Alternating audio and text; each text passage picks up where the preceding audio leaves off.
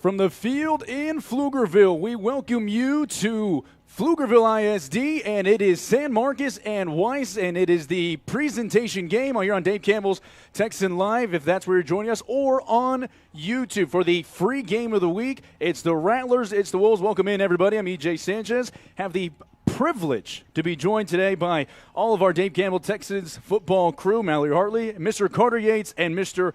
Greg Powers. Gentlemen and Mallory, y'all chose this game for a reason. It's great to be here. This looks to be a fun one today. Yes, walking down the field with you, EJ, before this game, you could feel the energy from both teams. I know you're excited to tee it up for us and give us the stakes. Why did we pick this game? Well, there's so many reasons why. I mean, we're going to talk to GP here in just a second, but there's talent all over the field, and it's the conflicting makeups of both of these teams. You start with San Marcos, who's running out on the tunnel, as you see right now in the middle of your screen. San Marcos, of course, if you don't know the story, a handful of players ineligible due to UIL sanctions, and this senior group, really this is their one shot, and there's a ton of talent all over the field. And then you look at Weiss and GP, I'll go to you. In 5A D1 in the Austin area, this has to be one of the premier schools in terms of talent pool alone.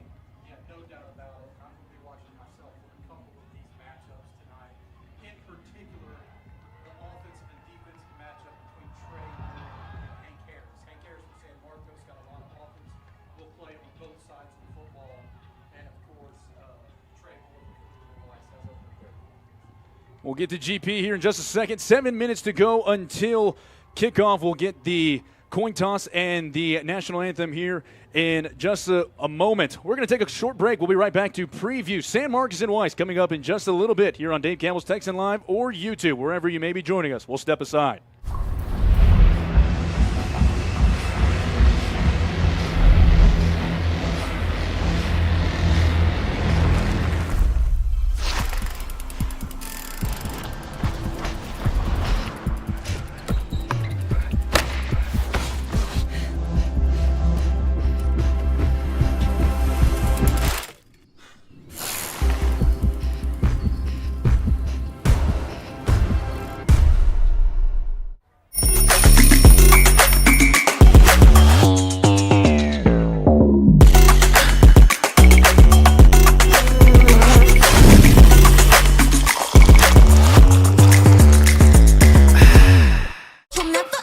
Somebody do it like me.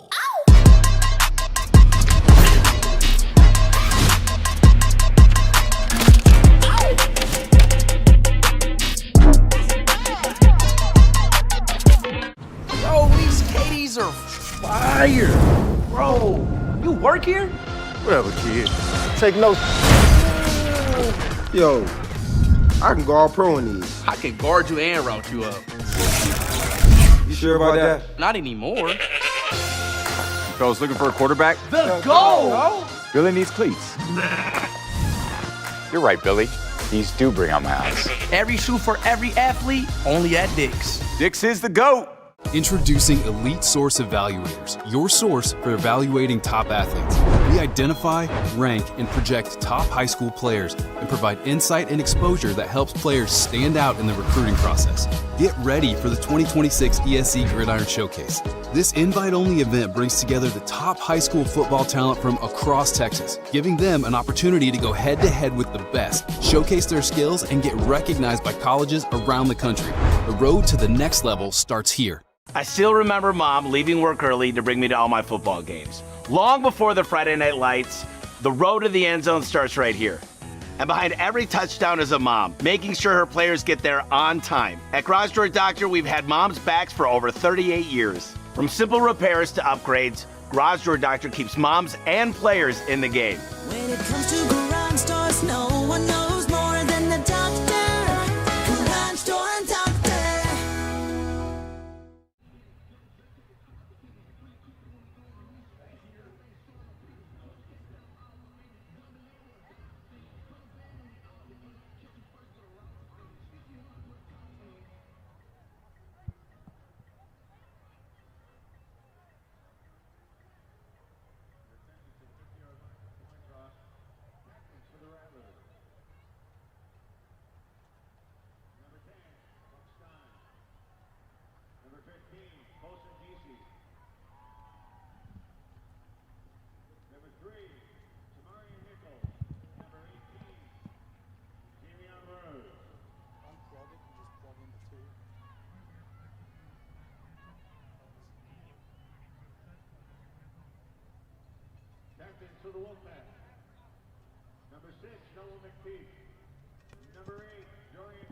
About 3 minutes to go here until kickoff as we welcome you back to the field in Pflugerville. I'm EJ Sanchez, joined by Mallory Hartley, Carter Yates, and, of course, Mr. Greg Powers. Powers, we had a moment to talk about the talent on both of these teams, but for those that weren't here joining us at that very point, what makes you, as a recruiting analyst, so excited for a matchup like this between these two teams? Star power on both sides of the football here, EJ. I'm really excited to see the battle between Trey Moore and Hank Harris. Hank Harris, of course, a two-way star for the Rattlers, will play wide receiver and cornerback.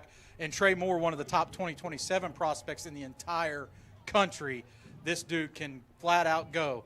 But I have an affinity in my heart for offensive linemen. I know you do. And Gerald J.J. Mays is one of the most versatile offensive linemen in the state, committed to Texas Tech, and he's so fun to watch. He can play anywhere, but he loves to pick up pancake blocks. So that's one I'm excited about for sure. He's been in this program for 4 years, and he has played every single position on the line. His counterpart at left tackle, Josh Austin, another offensive lineman to keep your eye out for. He's currently committed to Southern Mississippi. We'll go down to the field for the national anthem a couple of minutes out. We're ready for the Thursday game of the week here on Dave Campbell's Texan Live.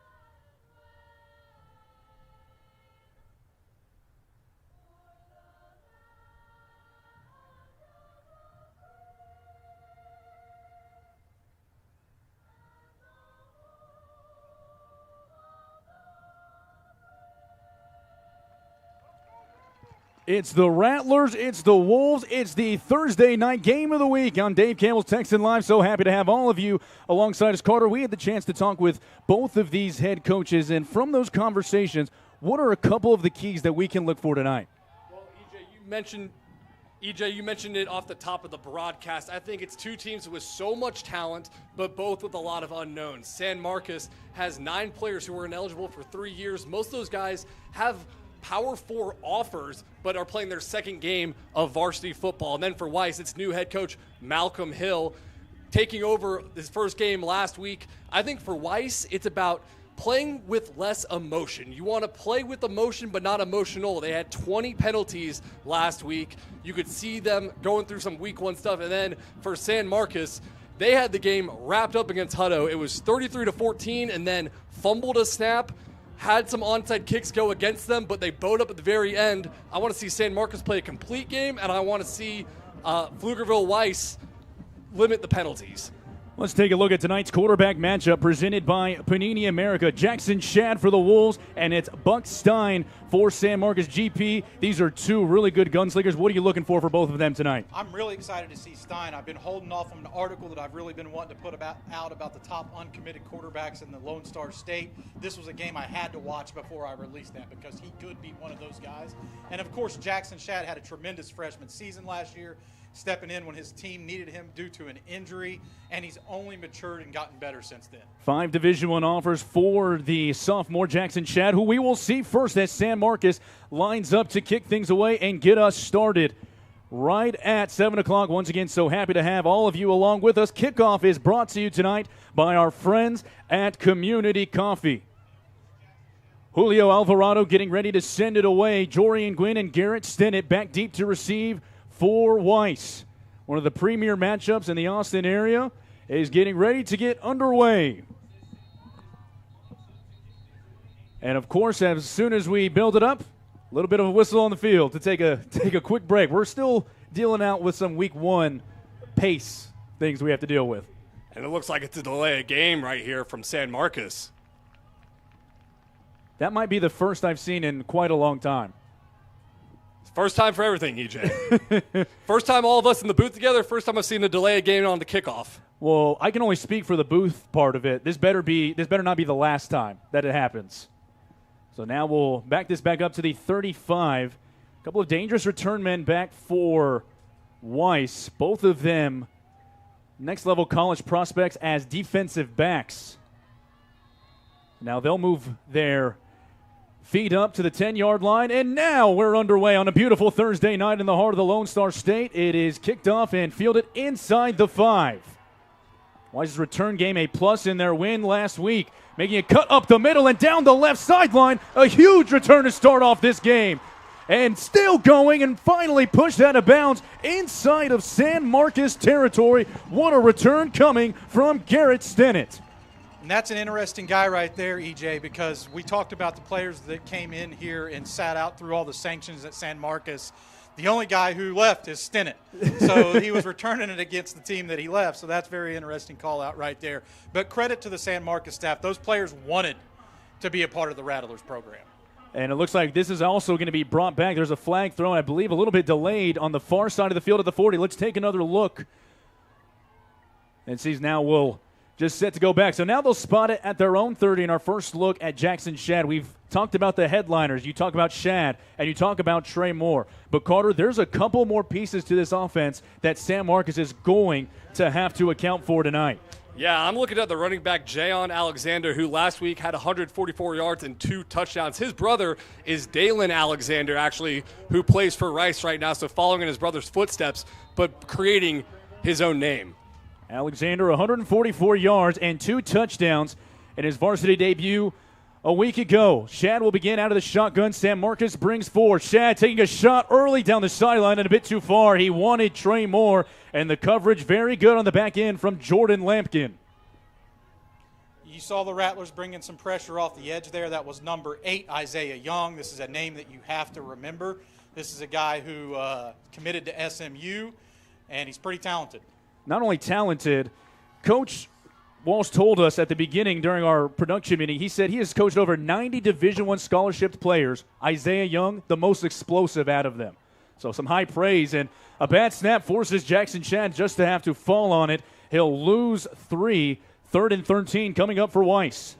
And, EJ, what I'm looking for in a matchup of this game is Trey Moore, the wide receiver from Pflugerville Weiss, who has – it's better to ask what offers does he not have, and then Hank Harris at cornerback, 6'3", a guy who John Walsh had said could buy his mama a house if he went to college as a cornerback with NIL money.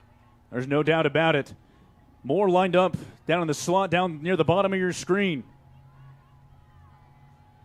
Shad directing traffic, a little more control of the offense this year, down to 6 on the play clock.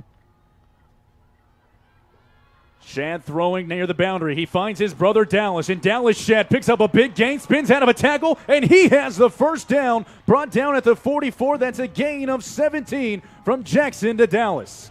Well, EJ, what did Coach Malcolm Hill tell us before the game in our pre-production meeting? I ain't from Dallas, but I D-Town Boogie. That's what he calls Dallas Shad. You saw that right there. Coach Hill, that one's just for you. They'll open it up and throw to Trey Moore on the wide receiver screen. Trey fighting for a couple of extra yards, pushed out near the 47. Caden Joseph in the area for the Rattlers. I really like what they're doing on the offensive side of the ball right here, EJ, because they're using Trey Moore in different scenarios. If you put him in the slot, that means Hank Harris doesn't get a chance to defend him, right? But Dallas Shad was able to pick up a reception right on Hank, so it'll be interesting to watch these matchups moving forward. A little bit of different profile between those two. Dallas Shad, more of a technician in terms of route running. Malcolm Hill described him as his own version of Cooper Kupp. 2nd and 6. Shad with a clean pocket, throws across, and it's picked off the hands of Trey Moore, into the hands of Caden Joseph. Joseph brought down at the 37. We'll talk about being in the right place, right time for Caden Joseph. Great reaction there off the tip drill. He's going to set up San Marcos with great field position.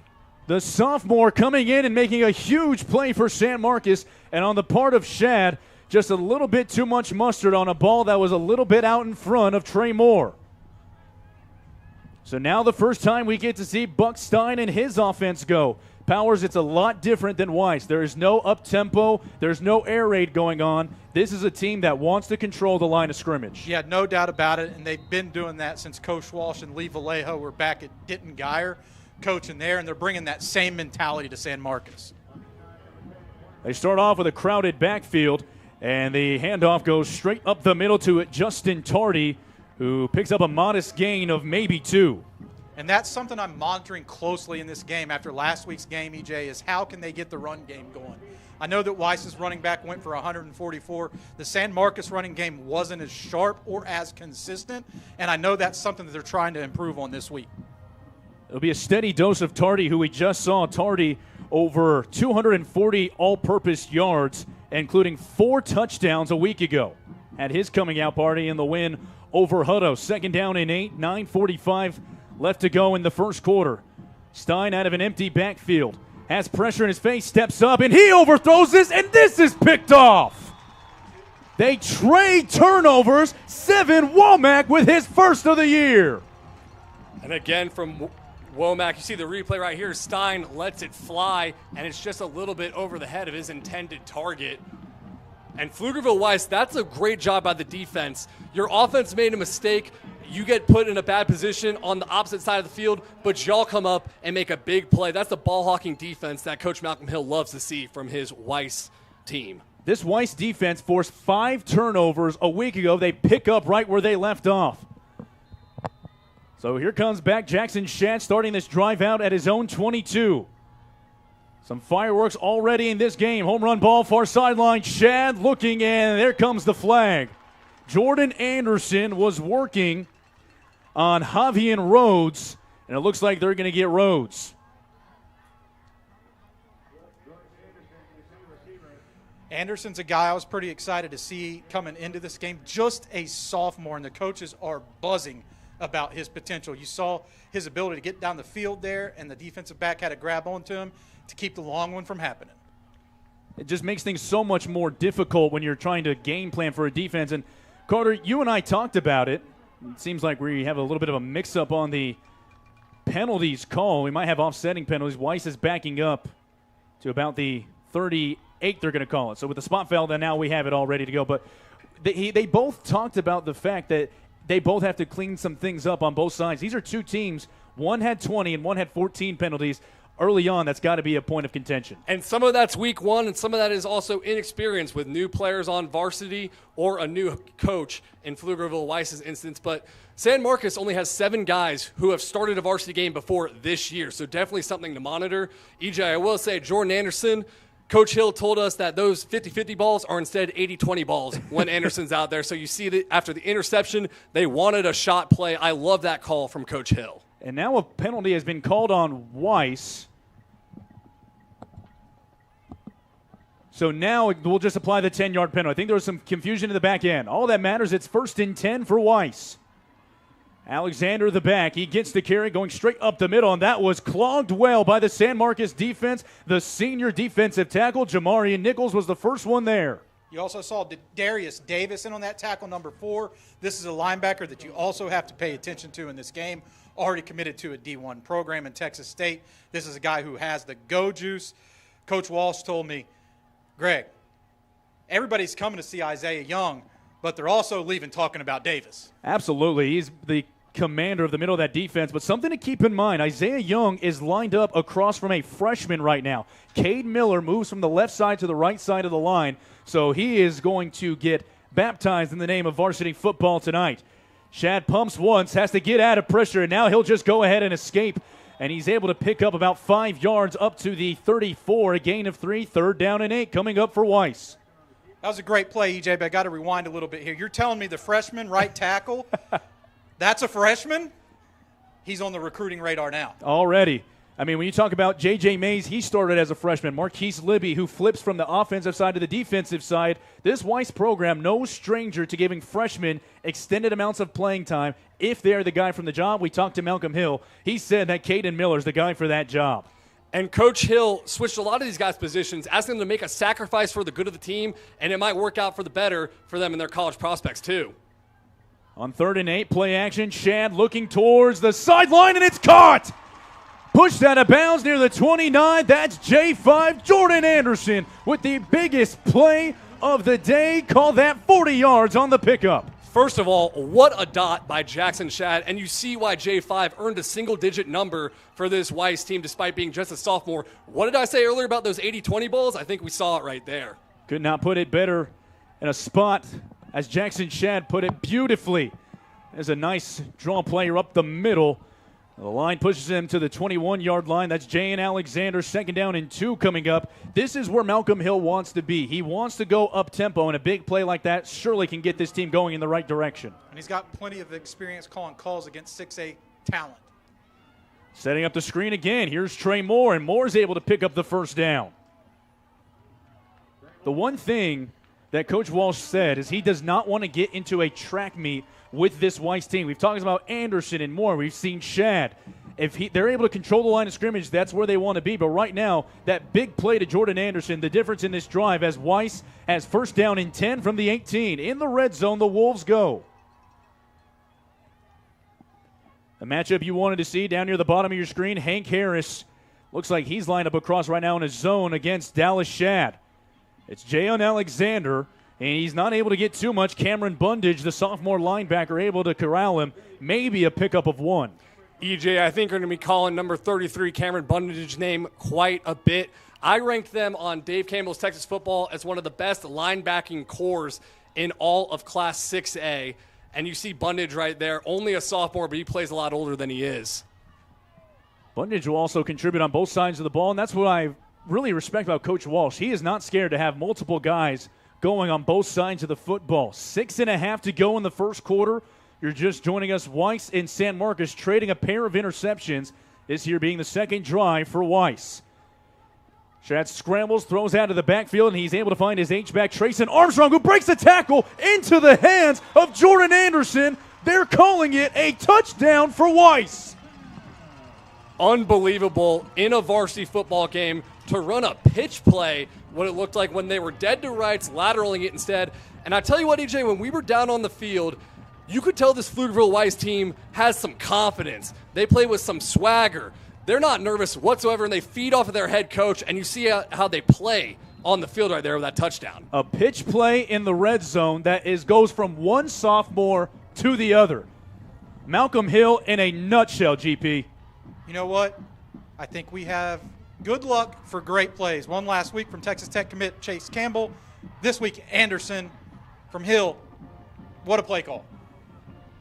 And we saw that formation last week from Weiss. They're trying to get something that they like on the 2-point conversion, and that one goes nowhere. The score remains 6-0 Weiss. The touchdown, the first one of the year, and the first one in the varsity career of Trayson Armstrong. We'll step aside with 6:08 to go in the first quarter. This is San Marcos and Weiss on a beautiful Thursday night from Pflugerville. At Higginbotham, we put people first. So we simply start by listening to you. Whether you're searching for customized insurance, HR, or financial solutions to protect your home, car, health, business, or employees, our specialists are here to serve you, the people you care about, and your success. Higginbotham. Insurance, HR, and financial services. Inspired by you.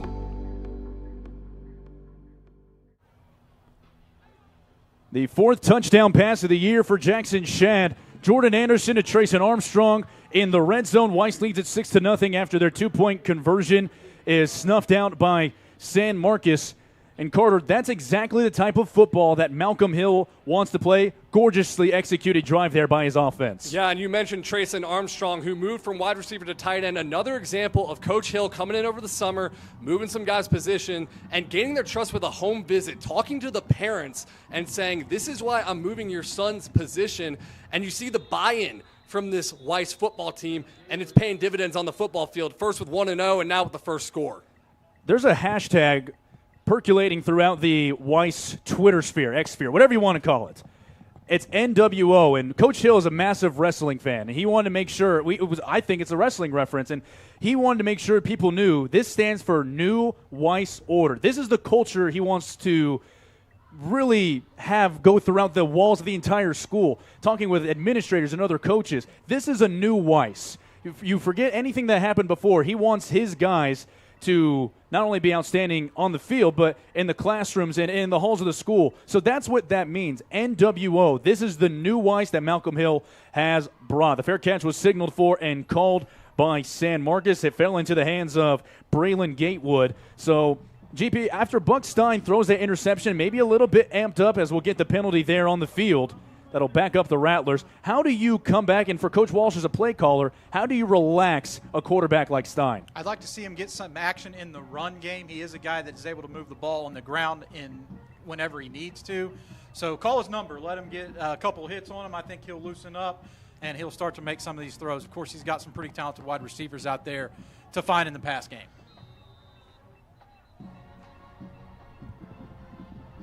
And another whistle coming from the San Marcos side of things. Reminded, this game is brought to you by Body Armor. Body Armor, more than a sports drink. And this game is brought to you by family-owned Community Coffee, a proud partner of Dave Campbell's Texas Football. Save 15% off their great-tasting, high-quality blends with code TexasFootball at CommunityCoffee.com. Try Community Coffee today. So Stein lines up with Donovan Garcia as the deep man. Second drive here for San Marcos. After a quick motion, they'll go to Garcia. Keandre Darby right on his tail to hold him to 2 yards. Weiss is without Tyler Hall today, so Darby and the rest of this defensive line rotation going to have to step up and fill the senior shoes. Yes, exactly, EJ. But also, San Marcos is without Shavion Anderson, too, and another defensive lineman in Trey Walker. So both these teams playing a little bit shorthanded. We'll see who has to handle that better in week 2. It's the last thing GP wanted to hear is that there's less outstanding line play for him to watch. And D1 talent, I have to say, EJ. Both of those guys are pretty good. On 2nd down and 8, Elliott Gray pushes his way to the 23-yard line. About 3rd down and 7, 3rd down and 8 coming up here for the Rattlers. This is a critical 3rd down right here, too, because we're kind of seeing a tale of two different teams. We talked about San Marcos was out of the gates early last week and got a big lead. Pflugerville Weiss played really strong in the second half. Well, we're seeing a little bit of opposite action this week. So very important play coming up here for the Rattlers offense. And any sort of 3rd down, as we get prepped for this game, the only thing I'm thinking is, where is Hank Harris? And right now, Harris is lined up to the top of your screen. Pre-snap movement, and it looks like San Marcos jumped first to make 3rd down and 4, 3rd down and 9. Well, EJ, I thought it was very interesting talking to Coach John Walsh before this game. He said that Buck Stein, he can put more on him mentally than maybe anyone he's ever coached, except for his boy, J.W. Walsh, who was at Denton Guyer and then at Oklahoma State. So Stein can go up there. Walsh will call the formation, but Stein has 3 different plays he can call out of that. Just tremendous football intelligence from the senior. I almost thought to say, there's nothing you have to do to relax Buck Stein with how much that Coach Walsh feels comfortable putting on his shoulder. 3 wide out set, 4:26 to go, 3rd down and 9 for the Rattlers. Lots of pressure coming, and Stein goes down. Reagan Smith was shot out of a cannon. Down to the 10 to go, a loss of 11. And that was a great job by Stein to hang on to the football. You see this replay right here. Pflugerville Weiss just is shot out of a cannon, and it's a party in the backfield at the quarterback. Tremendous play by Weiss's defense. The loss of Shavion Anderson forced Coach Walsh to try to make some adjustments along his line, and it looked like on that particular play, Jay Adams, one of the sophomores that he's counting on to step up in this game, just never got hands on Reagan Smith, who Coach Hill calls the Terminator. Really easy to see why when he makes plays like that. Short kick booted away, and it falls in the arms of Jorian Gwynn, who has to retreat back to pick it up. And he was running out of real estate. San Marcos is able to capitalize on the muff for the moment. The tackle was made by Darian Cruz. So with 3:26 to go, Weiss will begin their 3rd drive. And it's a good time to remind you that games shape futures. Bus rides build bonds. Coaches change character. At Dick's Sporting Goods, we believe that sports have the power to change lives. and we're proud to partner with Dave Campbell's and its mission to get athletes in the game. Gear up for your next season today in-store or at Dix.com. Every season starts at Dix, and this drive for Weiss is going to start at the San Marcos 48-yard line. Favorable field position here, and Reagan Smith, 6'3", 210 pounds. What a play to cap off that defensive stand by the Wolves. He's definitely a guy that's on a lot of D1 radars already, and I have to tell you, that was an impressive play. He might be climbing up my list a little bit too. This really is all a big GP audition, if we're all honest with ourselves. Jane Alexander with the carry. The edge was sealed beautifully that time by San Marcos, and there's your man Darius Davis, who comes in to drop Alexander for a 1-yard loss. An extremely versatile linebacker core here for the Rattlers. They got a little bit of everything. They got the big thumper, and they got the guy that can play sideline to sideline. 2nd down and 11 for Weiss. Bunch 3 wide receivers to the near side for Shad. Shad off play action, facing a 4-man pressure. Boots throws on the run, all alone. Anderson goes up to make the catch. Down to the 12-yard line. It's a gain of 36. Big play. J5 is at it today. Well, Trey Moore grabs all the headlines, and he is a hell of a receiver, but so is Jordan Anderson, and you see Shad, a sophomore duo, already having great chemistry. Shad throwing a jump ball near the goal line, and Anderson thought he had a play on it. Javier Rhodes with some pretty sticky coverage there on the far side. 2nd down and 10 for Weiss. But did you notice the up-tempo there from Pflugerville Weiss? That's how they differ from San Marcos. San Marcos plays a lot of guys, like Hank Harris specifically, both ways. Harris, the cornerback, played 151 snaps out of 171 possible, so they like to slow it down and huddle on offense. But Coach Hill, Pflugerville Weiss, they love to speed it up. You see a big play, they're coming right back at you to punch you in the mouth. And Hank Harris not lined up across from Trey Moore. He stays in the slot on 2nd down and 10. Armstrong, the motion man. Shad pulls on the slant, reaches up. Trey Moore's got it. Touchdown, Wolves. Unbelievable catch there by Trey Moore, climbing the ladder and doing what he does best, high-pointing the football. That's why he's one of the top recruits, not only in the Lone Star State, but nationally, EJ. 2 weeks ago, the University of Michigan offered Trey Moore. Who hasn't? You take a look at the replay here. This is just a beauty.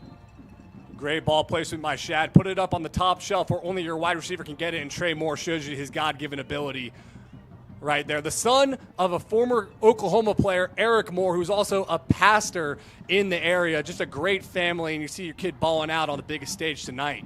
Can I get invited to the Moors? What a family that is. Shad will hold it, Dallas that is, for Sabian Munoz, who finally will have his first opportunity. He bisects the uprights, and it's a 13-0 lead for Weiss as we step aside with 2:35 to go. The Wolves coming out strong in Pflugerville. We'll be right back. Legacy, that isn't built in 4 quarters. It's how you change the game. Icons don't copy or imitate. They build and innovate. You can study the film. He's flipping the script. Milestones, just the results of the work. Never the reason for it. He never chased stats, but the numbers do speak. And 1-5 says 1 of 1.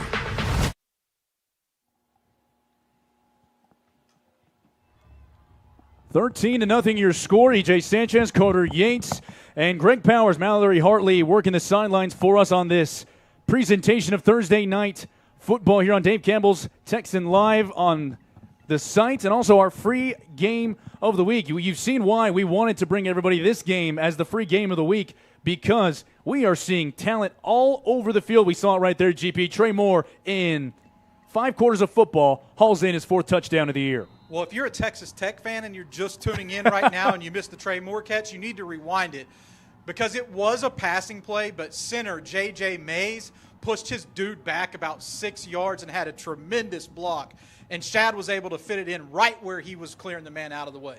Even special teams playing well as Elliott Gray has to retreat back inside of his own 5, and he can't get much further. He's tackled at the 8 by future University of Incarnate Word Cardinal Jorian Gwynn. So San Marcos, Carter, is in a spot now where they're inside their own 10, back-to-back scoring drives for Weiss, and this is not really the type of game that they wanted to settle into at this point. And you remember how I mentioned where Coach John Walsh loves to control the football, huddle up, run that play clock down.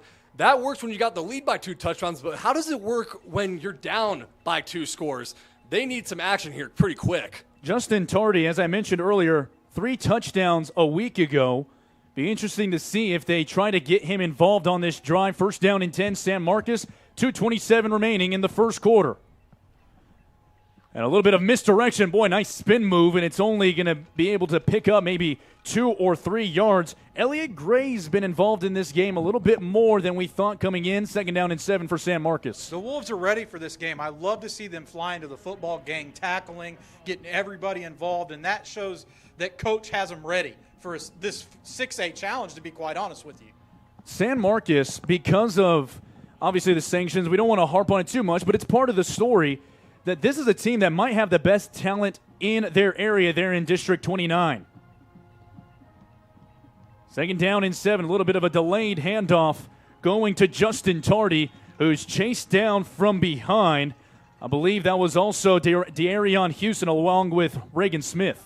And I've noticed Coach Walsh going with run plays on both first and second down. He mentioned to us in the pre-production meeting that last week against Hutto, he felt like the offense wasn't in a rhythm in the first half, even though they went in with 20 points because they weren't getting 6 yards a chunk. That's really what he's looking for. It's 6 yards in a cloud of dust from this San Marcos team, and that's when he knows his team has taken over the game. We have not seen that just yet. 3 wideouts on third down and 4. Approaching a minute to go in the first quarter. Lots of pressure. They set up the screen. It's caught out of the backfield by Garcia, and it's near the line to gain. And that is a home field spot on the part of Weiss at the 16-yard line is where he's marked down. He's going to be 2 yards short.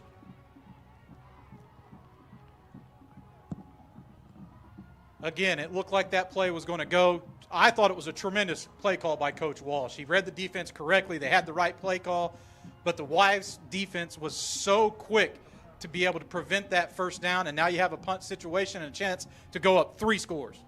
We've seen a lot of underclassmen already into the game so far for Weiss. Another one going back as the return man in Brandon Washington with his feet just at about midfield. And now we're going to get a timeout for San Marcos. We'll keep it right here. And Powers, you are exactly right. That was a great play call. It could have been a touchdown, but Nick Kaufman, the Sam linebacker, saved it right there. And Coach Malcolm Hill told us before this game that if everyone could play as hard as Nick Kaufman does, they're going to go undefeated. He'd love to have 22 Nick Kaufmans. He is a testament of hard work in this new era of Pflugerville Weiss. There's stars across all 3 levels. We've talked about Smith, and we haven't even got to talk about Tylen Henderson yet, who's technically kind of playing out of position. Powers, we can elaborate just on Tylen so far. They've kind of gone away from him. He's the Mike linebacker. He has a Texas Tech offer before he played a varsity snap, and it's not as a linebacker. It's as a wide receiver. Talk about his athleticism just a little bit. I was actually really impressed with him at wide receiver at the Texas State 7-on-7, EJ. He's got a little bit more weight on his frame right now. I commend the move to linebacker. Extremely athletic guys like this get paid millions in the NFL. So if you're telling me I can run and I can play defense and, oh, guess what, I can make a boatload of cash while I'm doing it, hey, you're going to get me on board with switching positions. There are a lot of guys who like the rock, but there are a lot of guys who like to get paid better. Tylen, of course, going to be one of those guys. The fake's going to be run here, and San Marcos is going to pick up the first down. You knew with how they lined up there would be a chance at it, and Donovan Garcia, who was stopped the play before, he picks up the first down to keep the chains rolling for the Rattlers. I love the play call. So gutsy by Coach Walsh. You can feel the momentum already slipping away. Even though the game's only 13-0, you do not want to punt the ball back to this Pflugerville Weiss offense that is red hot. Now, let's see if San Marcos can do something right here. You can't run that fake punt multiple times in a game. You got to take advantage of it.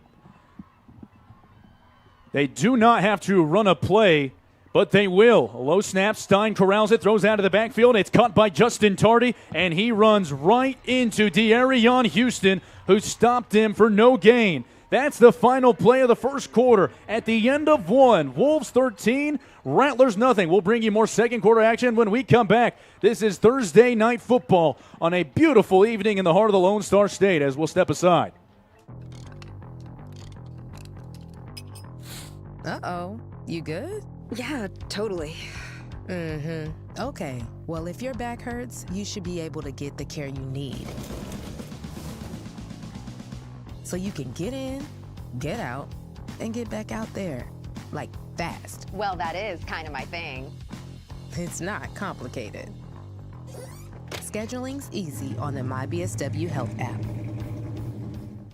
Dave Campbell's Texan Lives Athlete of the Month, presented by Dick's Sporting Goods, shines a spotlight on one outstanding female and one exceptional male athlete each month who exemplify excellence on and off the field. This prestigious recognition celebrates student athletes who demonstrate remarkable athletic performance, unwavering dedication to their teams, and a commitment to their communities. To nominate your student athlete, scan the QR code on screen or visit texasfootball.com/athlete of the month. With support from Dick's Sporting Goods, we are proud to honor these young leaders who inspire their peers and represent the best of Texas high school sports.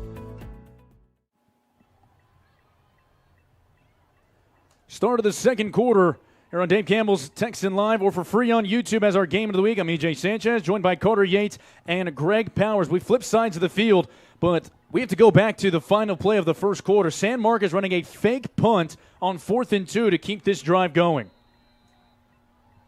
If I'm Coach Walsh, I'm happy that I'm going this direction because that's the direction both the touchdowns were scored in. They're trying to get on the board. They run a stretch play for Justin Tardy, and Tardy has nowhere to go. Boy, I tell you what right now, the Weiss defensive ends, in particular, De'Arion Houston and Reagan Smith, they are setting the edge very well right now for the Wolves. No doubt about it. They're giving the offensive linemen fits up front, and it's because of their speed and quickness. The San Marcos offensive line averages about 275 pounds across the front, but it's the speed mismatch that's giving them problems. We have not seen San Marcos go to Hank Harris yet in the receiving game. He's lined up at the top of your screen opposite Sevin Womack, who already has an interception today. Stein is back. He's looking that way towards Harris. Harris goes up, and it's incomplete. A step too far, and now here comes the flag. Hey, look, sometimes you throw it up to Hank Harris, and even if he doesn't make the catch, he draws a pass interference. You'll take the yards any way you can get him right now if you're San Marcos. And that's what comes with having such a talented and gifted athletic wide receiver, because in that instance, if nothing's going, at the very least, one reaction, incomplete. The other one, you have a big play, or what one we just saw, a penalty that picks up a first down. You just said it, Carter. They need them any way they can get it right now. San Marcos approaching midfield as they have a timeout on the field to help spot the ball. And Malcolm Hill down on the sideline wanting a little bit of an explanation from the head referee.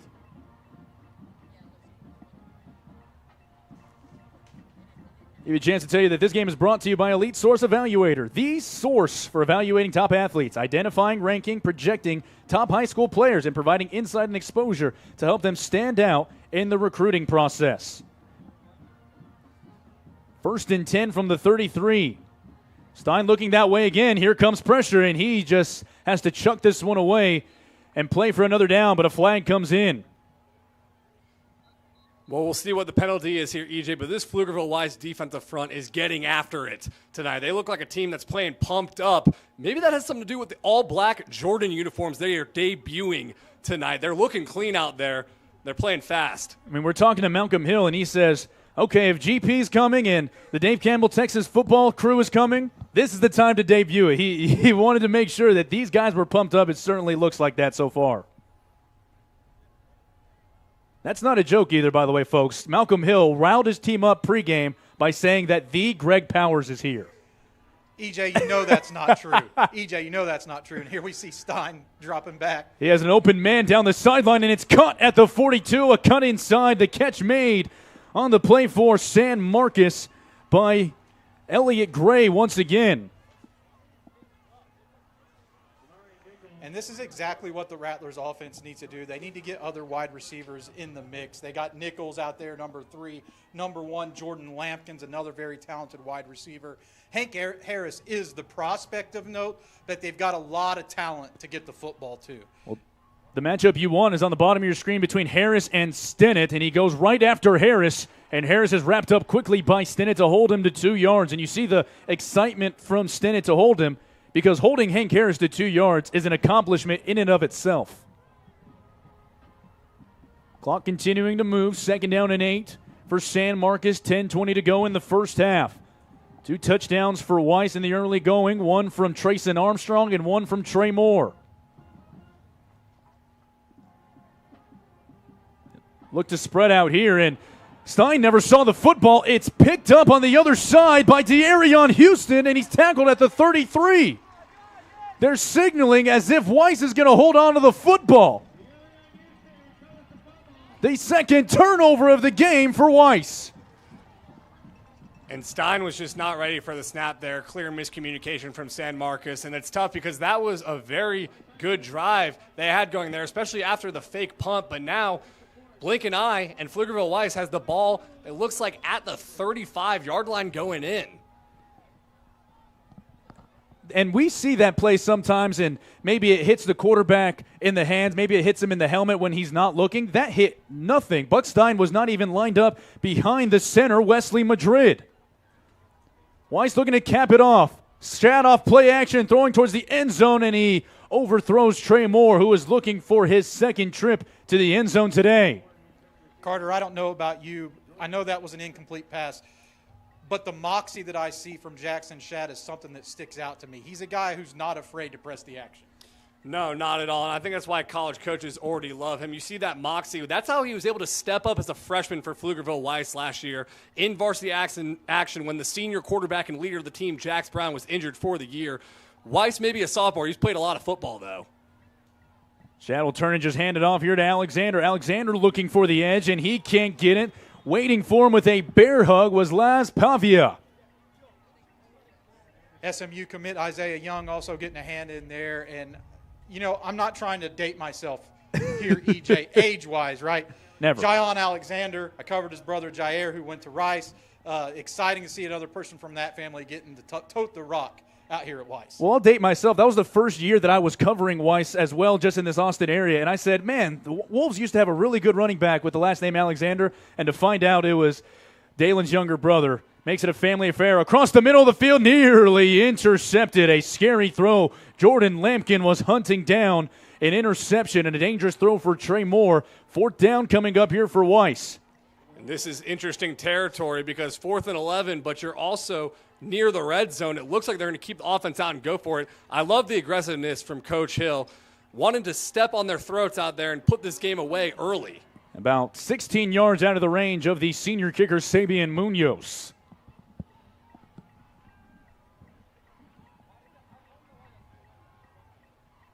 With 7 on the play clock, Shad gets the snap off. He's throwing towards the end zone for Anderson. Nobody home, no flag, and that is a huge part of this game for San Marcos as the defense is able to get off the field. Huge for San Marcos right there to get off the field, as you said, EJ. But I actually got to commend the play calling. Those are kind of the exact same plays I would call. Coming off a turnover, you got to take a shot, right? And for the young receiver right there, he's had a tremendous game, but if you keep fighting for the ball, it's going to be a PI. The reason why that flag, in my opinion, wasn't thrown is that he gave up on the pass. So if you keep fighting for that ball, Anderson, you're going to make a lot of plays. You're going to get a lot of flags. Now 1st and 10 here for San Marcos.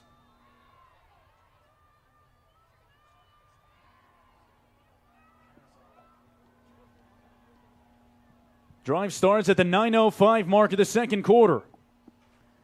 Buck Stein has to direct an offense that's already committed 2 turnovers. That's certainly a way to get things going in the right direction. A strong run for Donovan Garcia, who had 106 yards and a touchdown a week ago. I want to take it back to that last offensive drive for Pflugerville Weiss because we commended the play calling, but how about San Marcos and defensive coordinator Josh Allen bowing up there and getting a stop when they absolutely needed it?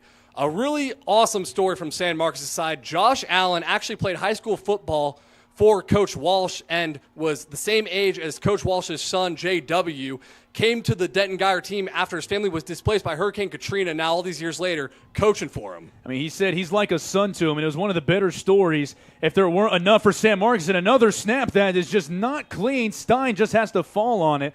I tell you what, right now, the communication between Buck Stein and Wesley Madrid is not where they want it to be. And, GP, they're going to have to figure it out soon because it's already hard enough to try and match Weiss point for points. You cannot be giving an explosive team like that free possessions. No doubt about it, but I will preface this by saying this is a long game, right? 2-score game right now. Nothing's out of bounds right now, right? They're going to get the ball after the halftime break. So San Marcos just has to keep their head above water right here, keep fighting. This is a game that's going to go all the way to the whistle, in my opinion. Two very evenly matched teams. Stein has been able to find a couple of big plays on that previous drive before the miscommunication the first time. Low snap, that's been another trademark. Stein hangs in there. He takes a shot towards the sideline. Jump ball, tipped up and incomplete.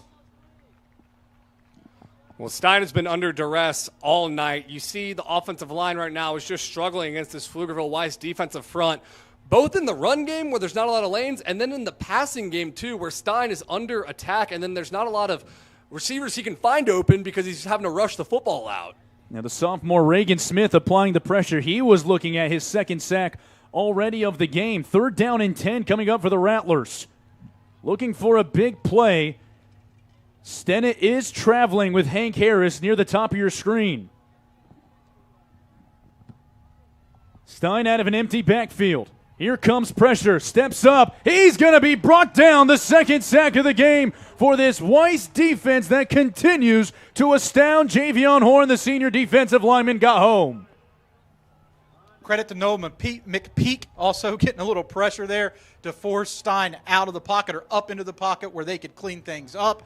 Weiss getting off the field on defense again, getting another chance to get up those 3 scores. They missed out on the last drive, but can they cash it in now? And unavailability is part of the story of the sport right now. But right now, if you're San Marcos, surely you're saying, man, it'd be good to have Shavian Anderson out there right now. Right now, Pflugerville Weiss's defensive line, they're actually not only the defensive line, but the outside linebackers are blitzing off the edge, and they're simply too fast.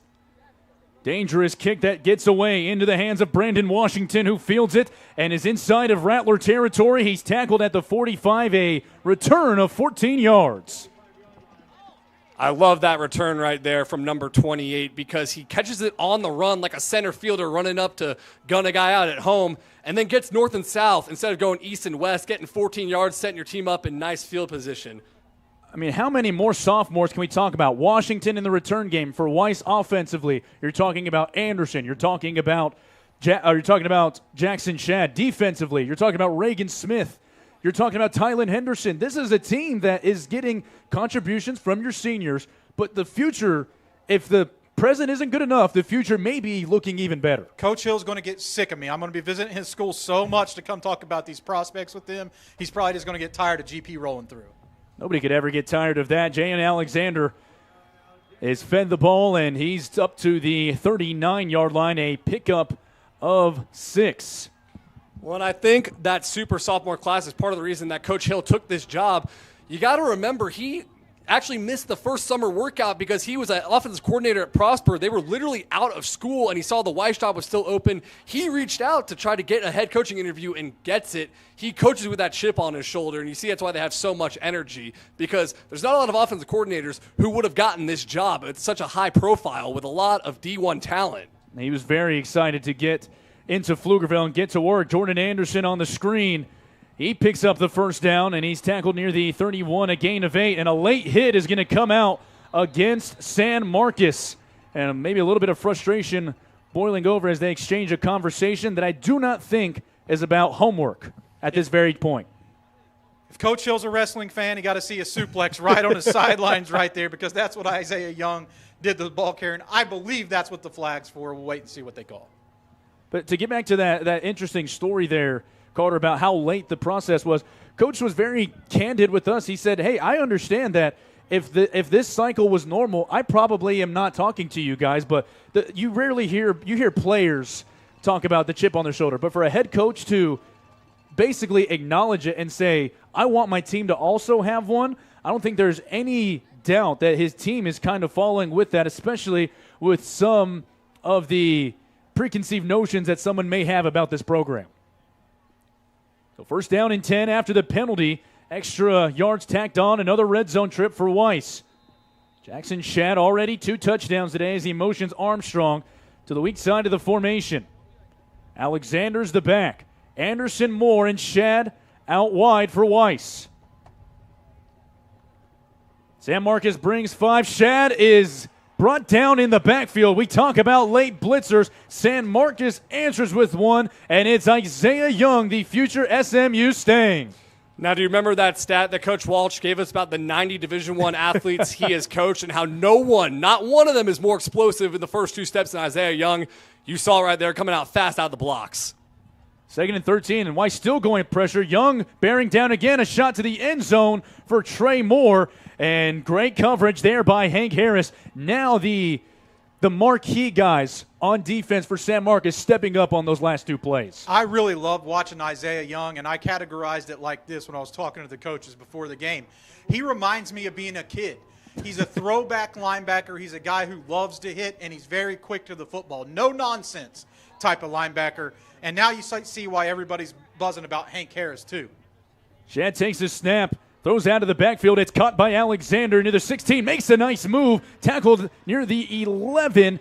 He's going to come up short of a first down. This is within the range of Munoz. We'll see what Coach Hill decides to do.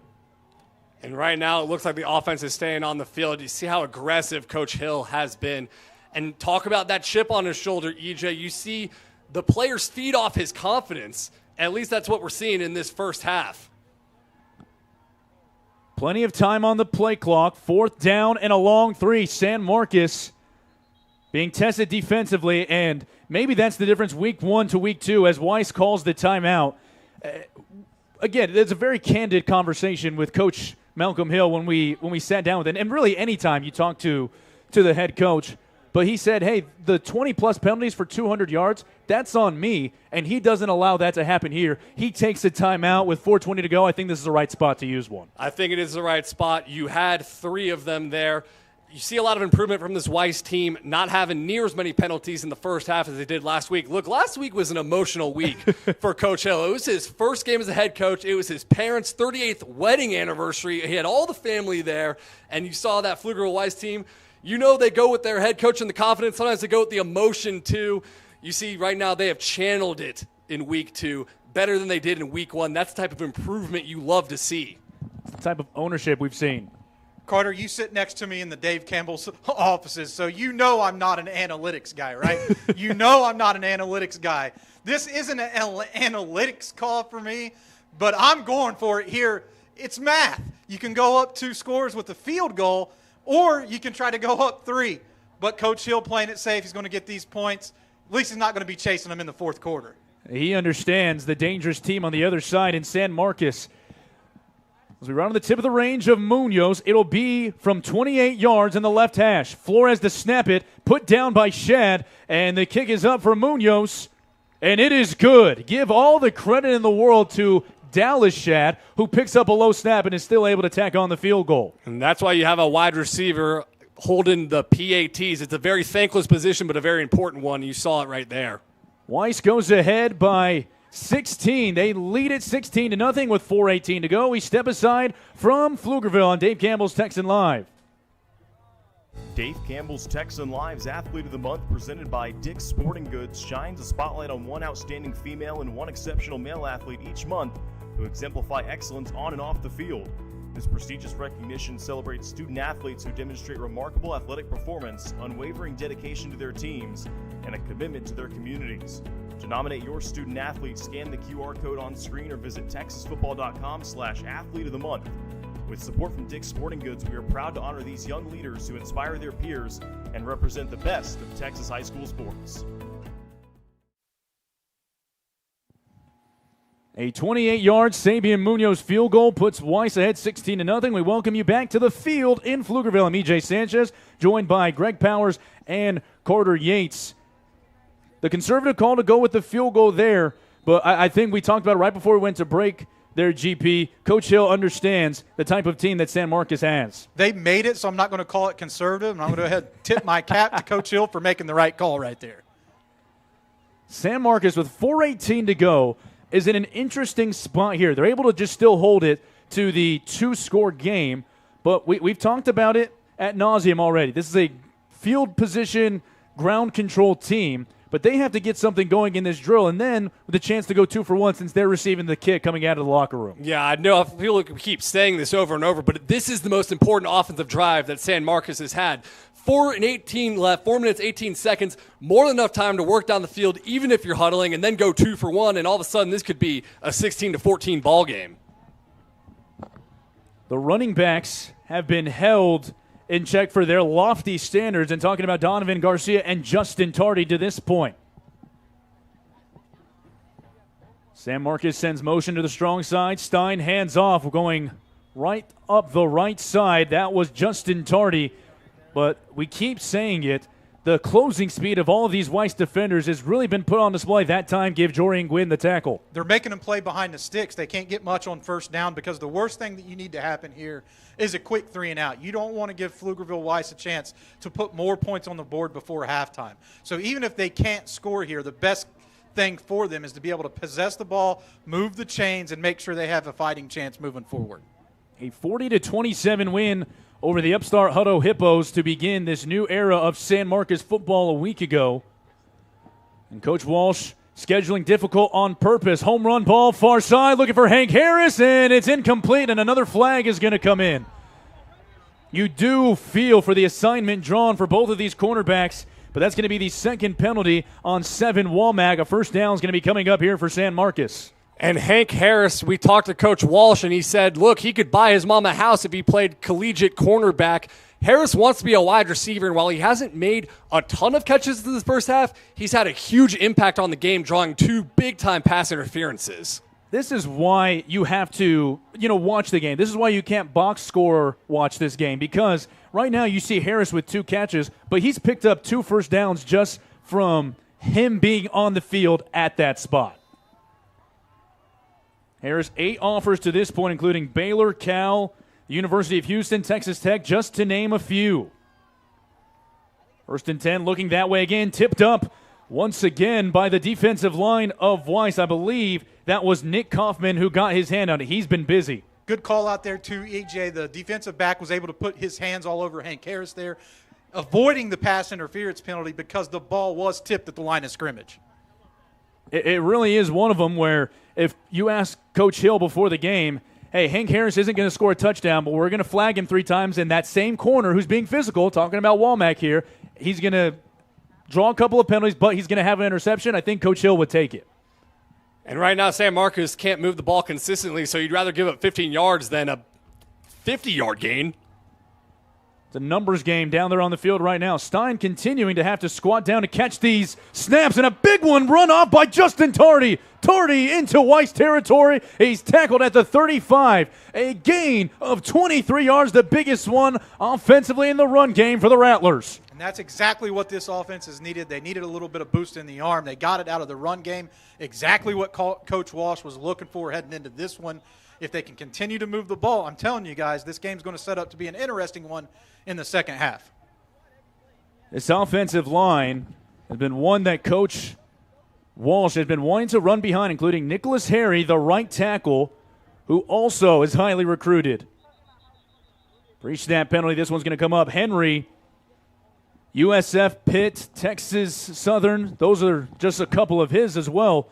You have enough linemen to call out today, GP. Yeah, no doubt about it. Nick Henry's a great one. Both him and Hank Harris were on my all-uncommitted team as 2 of the top uncommitted players in the Lone Star State. And, of course, EJ, you can check that out on texasfootball.com/recruiting if you want to give it a read. 22 guys in that article, all uncommitted, all P4 level talents, in my opinion. We've seen a couple of them on display tonight. Goes against San Marcos, talking about the pre-snap penalty. Clock continuing to move inside of 2:30 to go. Play clock winding down, see if they reset it here.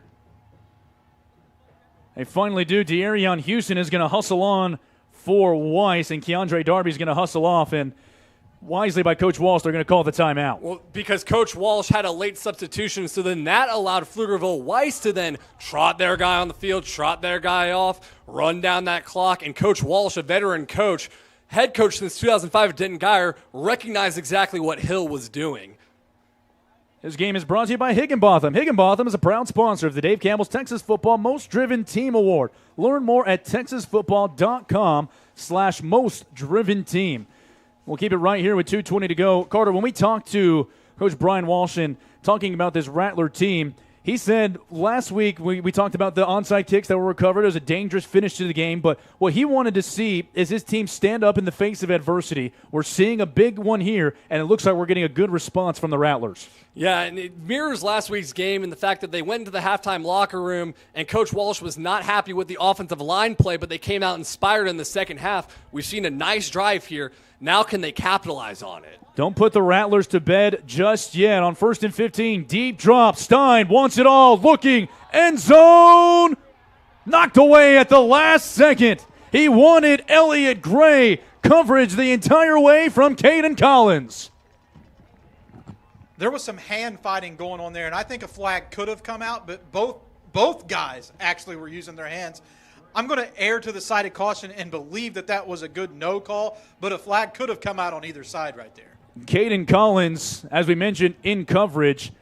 A pick six a week ago really put his name on the map with 3 interceptions of highly touted quarterback Max Gerlich from Anderson a year ago. So he has been a quote-unquote ball hawk for this defense for the last couple of years. And with 2:13 on the clock, now Coach Hill and Coach Cam Devereaux want to talk things over. And we see a bit of a timeout chess match here between San Marcos coach John Walsh and Pflugerville Weiss coach Malcolm Hill. It's interesting, EJ, this is the first time these two coaches have coached against each other, but Malcolm Hill actually told Coach Walsh, hey, I played quarterback at Frisco Liberty with Jay Ajayi. Ever heard of him? And we used to play some 7-on-7 against your Denton Geyer teams with your son, J.W. Walsh, and Josh Allen, the defensive coordinator. I believe Hill is only a year younger than both of them. Coach Hill finds a connection with everything. This is a more personal one. Coach Malcolm Hill has coached against one Carter Yates at one point in time. So Coach Hill, though a young head coach, he's been around the block in terms of the Texas high school football market. No doubt about it, and he's been a good talent developer at Prosper, too. They've had a lot of D1 guys come through that program, and he's bringing that same mentality here. One thing I saw, EJ, that I loved in the pregame, had the young kids from Weiss on the sidelines with the older guys, setting the foundation for a future here at Weiss, that NWO thing you talked about. They sent up the screen to Tardy, and Tardy is brought down behind the line of scrimmage. This defense flying to the ball. Once again, Jorian Gwynn has been a wrecking ball over the last few minutes for the Wolves, and a delayed penalty is going to come out near the 25-yard line. We'll see who it's against. Well, this will be a very interesting call because if there was no penalty, it is 3rd and forever. If this is on Weiss, this could be a backbreaker and give San Marcos a first down. We'll have to wait to see what it is. Coach Hill having a word with the aforementioned Collins after he just had that PBU against Elliott Gray in the end zone.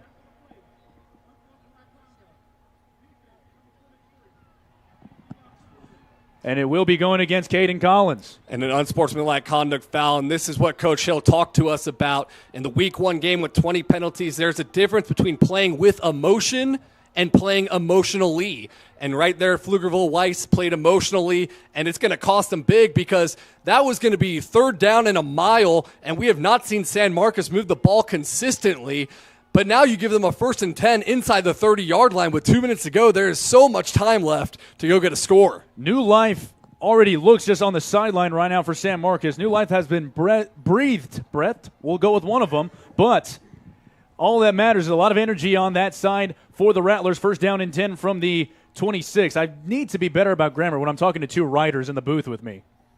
You know what, EJ? This is the perfect time to be able to just play within yourself.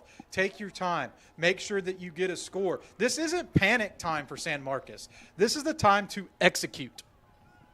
They're going to take a timeout at the 2-minute mark. Hey, Texas football fans, drive into your neighborhood Valvoline Instant Oil Change for an expert oil change done in about 15 minutes so you never miss a kickoff. Find your nearest location at VIOC.com/Texas football. One thing about this situation for Coach Walsh and talking about the first 2 weeks of the season here is that Coach Walsh is facing 2 first-time head coaches. We started with Eli Reinhardt, who, of course, was the offensive coordinator for Hutto a year ago. He gets him in Week 1, and he gets Malcolm Hill in Week 2. But we mentioned it when we talked to Coach Walsh, Carter. He doesn't view either Eli Reinhardt or Coach Malcolm Hill as young coaches. He knows that both of them are going to have their teams ready to go. He's finding out tonight. Yeah, both of those coaches are offensive masterminds, and I think these are the type of programs that Coach Walsh is wanting to schedule. You'll see them playing Lake Travis in non-district play as well, with a team that is not young but is inexperienced, with 7 guys who have started on varsity before. You want to have trial by fire in the non-district period. Seeing only 6 returning starters is never something you get very, very excited about because you think you lost lots of graduation. That's what San Marcos came into this night with and the season with, but this is probably their most talented team in quite a while. Stein back to pass, looking for the end zone, hand fighting going on, and it drops incomplete. Jorian Gwynn and Elliott Gray. That has been a fun matchup to watch, and Gwynn wins this battle. Jorian Gwynn's been all over the field. And Powers, I am interested to hear what you have, your take on Gwynn, because he is an incarnate word pledge right now. I know he has been a ball hawk for quite some time. He's a dog. He's a guy who flat out gets after it every play, plays with relentless energy, and that's why he's going to UIW, because they do a tremendous job recruiting Lone Star State talent. A little bit undersized, but has a nose for the football. A 2-sport guy as well. Stand out on the Weiss baseball team. Stein got some extra time all alone at the 5. Touchdown, San Marcos. A touchdown for number 3, the aforementioned Jamarian Nichols, and the Rattlers are on the board. I love that creativity from Coach John Walsh. Your offense is needing a spark. How about a double reverse flea flicker for a touchdown? That's exactly what San Marcos needs, and all of a sudden it's 1:47 left in the half. 16-2. Ooh, it looks like San Marcos might go for it here to make this game 16-8 and push it to 1 score. I love this play call. This is when you go to that play call sheet and find a couple of plays near the goal line that you have the most confidence in your team in. Stein, play action, out of the backfield. He swings it out, and the catch is made. 2-point conversion is good, and we have a brand new ball game. Buckle up, folks. This one's going to get interesting. You saw some playmakers for San Marcos right here getting involved. Hardy, and of course, number 3 doing a tremendous job on that drive. They targeted him often, and it pays off. Jamarian Nichols not only catches the touchdown, but he catches the pass out of the backfield. 16-8 is your score with 1:47 to go. We'll see the Weiss offense when we come back. This is Dave Campbell's Texan Live from Pflugerville.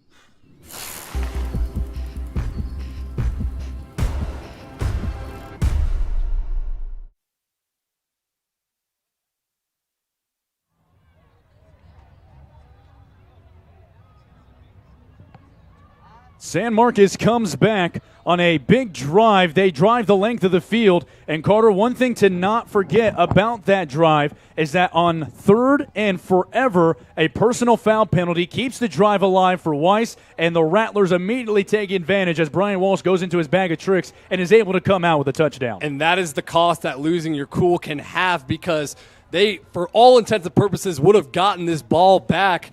Pflugerville Weiss would have, with a 16-0 lead and a chance to ice out the rest of the half. Instead, it is 16-8, and San Marcos is going to get the ball back. So Pflugerville Weiss all of a sudden needs to either sit on the ball or get a touchdown here to pull away. I mean, what did Powers tell us? He said, do not go away at all, because this San Marcos team has faced that adversity, and it takes a while for that line play to start catching up. We saw a little bit of a glimpse of that on that last drive. And you know what? When you got to strap it up on Thursday or Friday or Saturday night and play Texas high school football, and you have a team that has stayed together, they're not going to give up on themselves. Washington cuts the field and runs out of bounds near the 30-yard line. So with 1:40 to go, you have 2 timeouts. I think we're about to find out how much confidence Malcolm Hill has in his young quarterback in Jackson Shad. Offensive coordinator background, I got to think that he likes his team's chance to put points on the board right here, EJ. Carter, what do you think? Oh, I think Jackson Shad, yes, he's a sophomore, but he has started since his first game of freshman year. Coach Malcolm Hill has all the confidence in the world in Jackson Shadd, and the most important thing is Jackson Shadd has all the confidence in the world in himself. One thing we have to remember about this Weiss offense is that it's also operating without maybe its best pound-for-pound talented player in Daniel Berry, who unfortunately isn't available for the first 7 weeks of the year.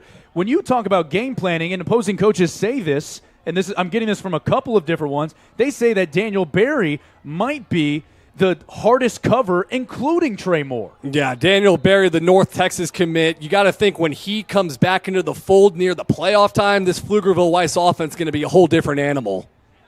They back it up with a penalty on the return, so they'll go to the ground on the first play. Jayden Alexander near the 20-yard line. They stop the clock to spot it, a pickup of 11. Good start to this drive for Weiss. I loved the block from Josh Austin, the left tackle there.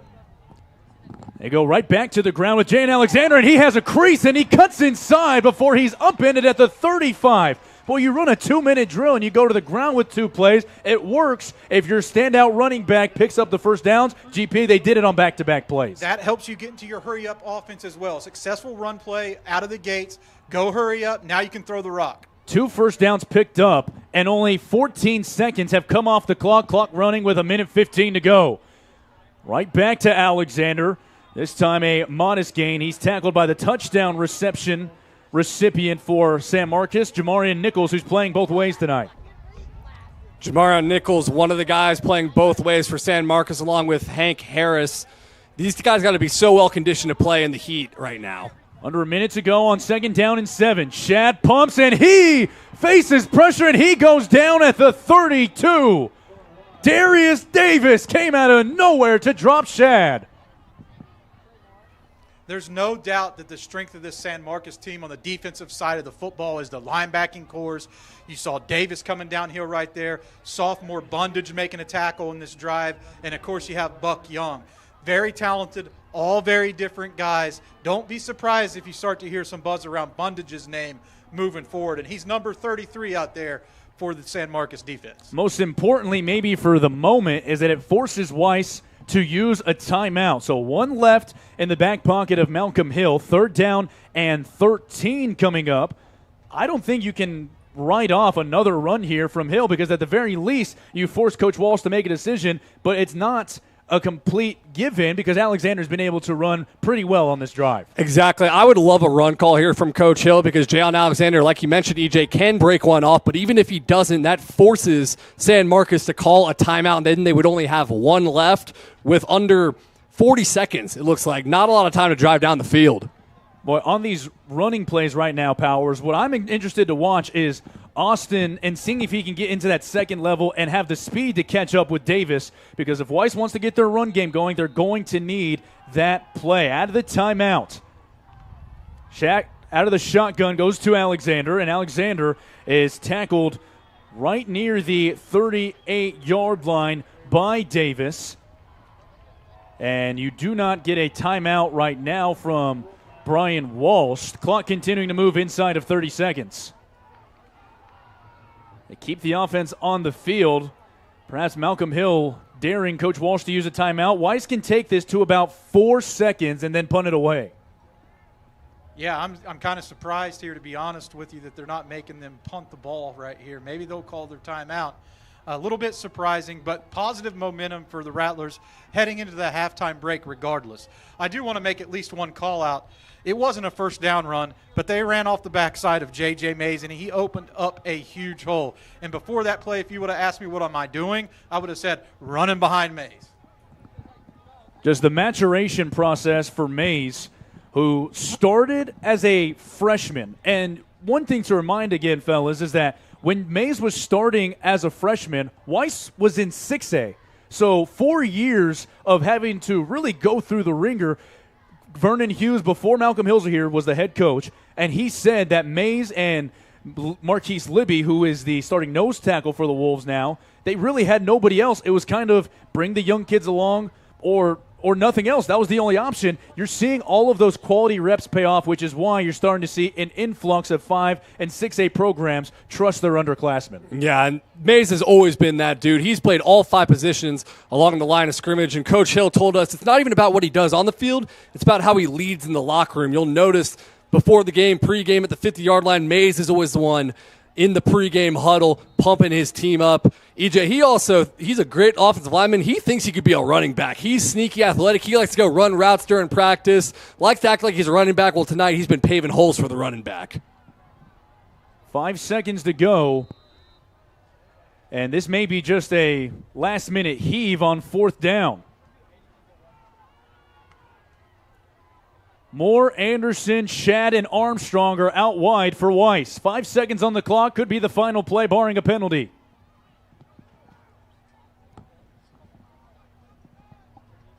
And this is getting down to 2 seconds. I think Malcolm Hill is just going to go ahead and take this penalty and back this up and send the punt team on.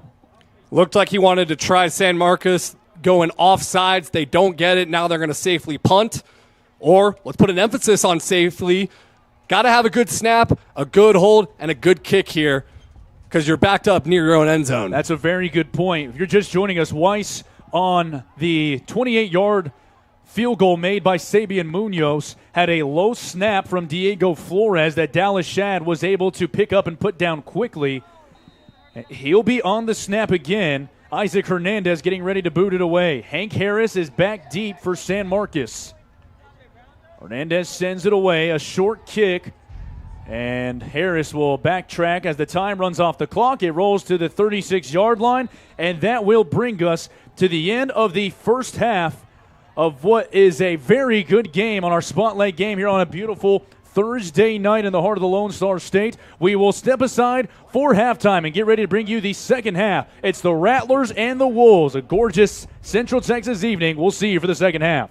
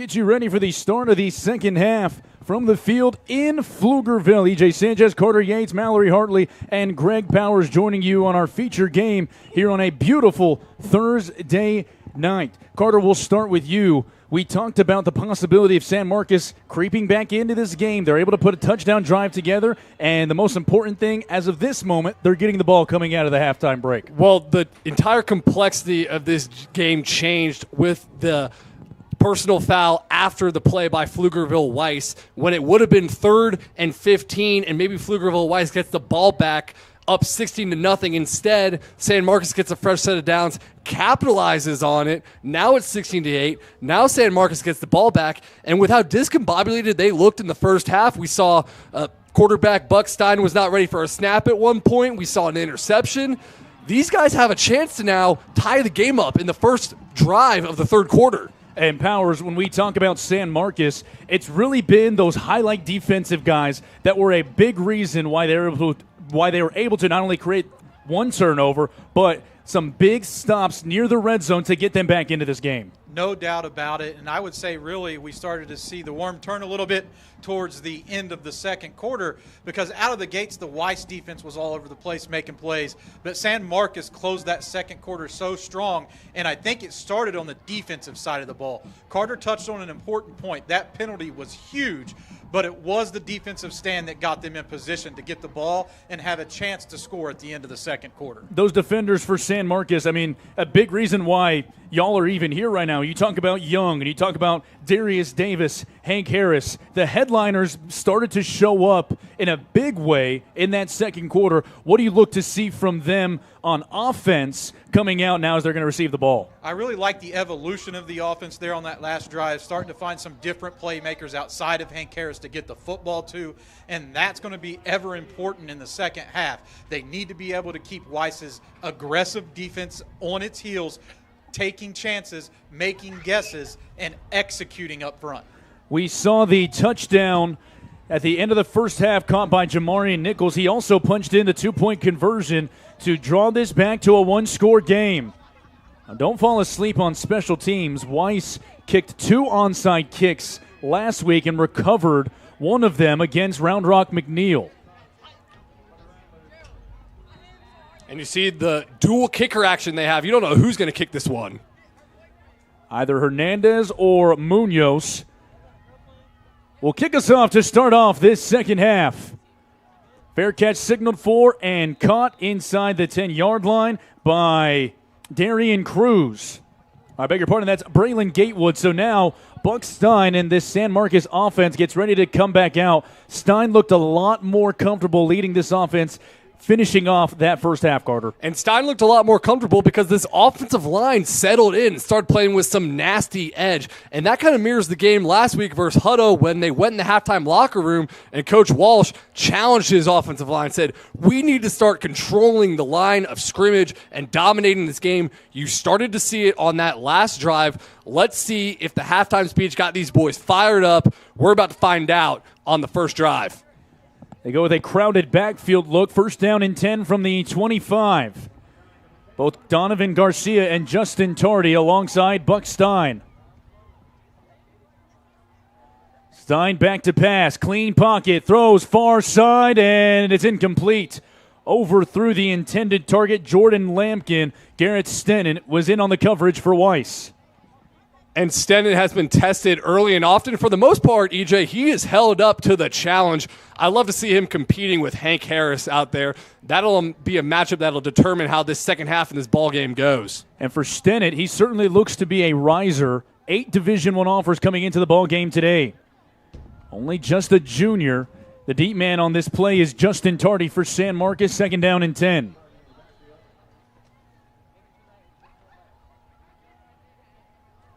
For one of the first times tonight, Stein will go under center. It goes right up the middle. Tylen Henderson, the sophomore middle linebacker, there to stop him for no gain. Really like seeing him come downhill. That's a question mark that you have about a guy who moved from wide receiver to linebacker. He already had offers to play wide receiver. Now he's going to be looked to collect some of those on the defensive side of the ball. Those are the exact type of plays he needs on his highlight reel. So now third down and 10. The same thing we've been saying all day. Where's Hank Harris? Well, right now he's at the top of your screen opposite 7 Womack, who has an interception on him, but he's also been flagged twice in coverage on him.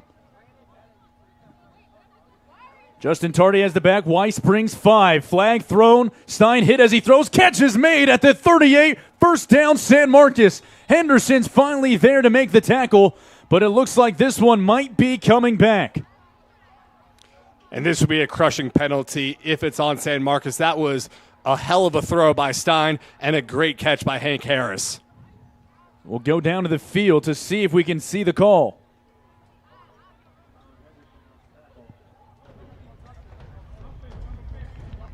And the holding call will get called against San Marcos. As you just said, Carter, that's a crushing blow. Finally being able to pick up a 3rd and long without a penalty. And instead they're calling for one themselves. They're going to back this thing up. And once again, that Pflugerville Weiss defensive line playing inspired, playing with an edge, playing in those new black alternate Jordan uniforms. They've come out with some swagger tonight, and they have won the battle of the line of scrimmage against San Marcos' offense thus far. If you're just joining us, Shavian Anderson not available tonight for San Marcos. Stein on 3rd down and 20. Throws it deep for Lampkin, and it's too far. The penalty comes back to haunt San Marcos, and they'll punt on their first drive coming out of the locker room. Good news for San Marcos fans moving forward, though. They only expect Shavian to be out for a couple of weeks, so I expect him back by district play. Anderson, really the anchor of this offensive line, because the strength of this team is supposed, on the offensive side at least, is supposed to be on the offensive line. When you've already talked about Nick Henry, it's supposed to be Nick Henry and Anderson manning those 2 tackle spots. So Coach Walsh has had to be creative today in how he chooses to try and replicate it, but there really is no replicating a talent like Anderson. No doubt about it, but the Weiss defense has to be fired up right now to be able to get them to go 3 and out on the first drive. This could be a game-setting type of, like we could be in the most important part of this game. Washington fields it off the hop off the kick from Julio Alvarado. Washington trying to win a foot race to the other side. He beats one Rattler and then is pushed out of bounds at his own 49. A good special teams tackle by Javier Rhodes, the starting corner, and a flag came in on the far near side of the field. And penalties have been such a big conversation for both teams heading into this one. We talked about what an impact it had in the first half with untimely penalties. We saw it with San Marcos right there with a holding call to take back a 3rd down conversion. We saw it with Pflugerville Weiss when San Marcos was able to go from 3rd and forever to a 1st down and then a touchdown. Pflugerville Weiss was penalized 20 times in week 1. They have shown improvement, but there have still been untimely penalties, and I think this was one as well. There have been, in the last week's game alone, between not only San Marcos' game against Hutto, but Weiss against Round Rock McNeil, 35 penalties for over 340 yards. It had to have been a point of emphasis for both Coach Walsh and Coach Hill. But this penalty will back up Weiss to their own 35-yard line. First drive of the second half for Jackson Shad and company. Jayon Alexander is going to get the first carry and lots of green grass in front and a maybe touchdown-saving tackle on the back end for San Marcos, saved by Javier Rhodes, but another first down on the ground for Alexander, and they go quick. Even off the run, Weiss will do this. Play action towards the sideline. Catch is made by Trey Moore. There you saw the tremendous athletic ability from Trey Moore. He's not only a big body, he has the ability to reel in any pass that's in his general vicinity. Very sticky hands. First down from the 31-yard line. Weiss continuing to move. Pressure coming for San Marcos, and Shad just lost his footing, and it'll go down as a sack, the second one for Isaiah Young. But I think that's just Shad not being able to be on platform, because the blitz was actually picked up pretty well by Alexander. Yes, blitz was picked up well by Alexander, EJ, and that's what Coach Hill talked to us about. You see a lot of young running backs. They can run the ball really well, but not always can they pass protect. Alexander can. Even still, though, Isaiah Young, that is a very tough task. And you know Shad heard footsteps from Young. That's probably why he rushed his 3-step drop and fell. 2nd and 16, and they bring the house again. Shad gets rid of it quickly. One-handed grab, nearly hauled in before it's finally fallen incomplete. Jordan Anderson nearly had the catch of the year for the Wolves. Oh, nearly the catch of the year in week 2. I'm starting to see why Malcolm Hill said that those 50-50 balls are 80-20 balls with Anderson. I cannot believe this kid's only a sophomore. Jordan Anderson, a sophomore. Shad, a sophomore. Their starting tackle, Caden Miller, a freshman. Young talent all the way across the board. Shad rolls out on 3rd and 16, throws towards his brother Dallas. It's ripped away, batted up, and it's picked off. It's picked off by Cameron Bundage, tackled at the 30. I believe it was actually picked off by Harris, EJ, and then somehow Bondage came up with the ball to be able to take it for a couple of yards.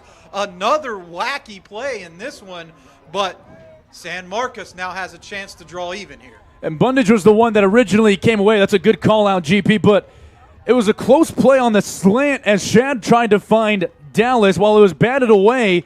Everybody kind of paused for a moment to see if it was incomplete and it hit the ground, but I do think that's a good job on this officiating crew, letting that go all the way through, and San Marcos comes up with their second turnover.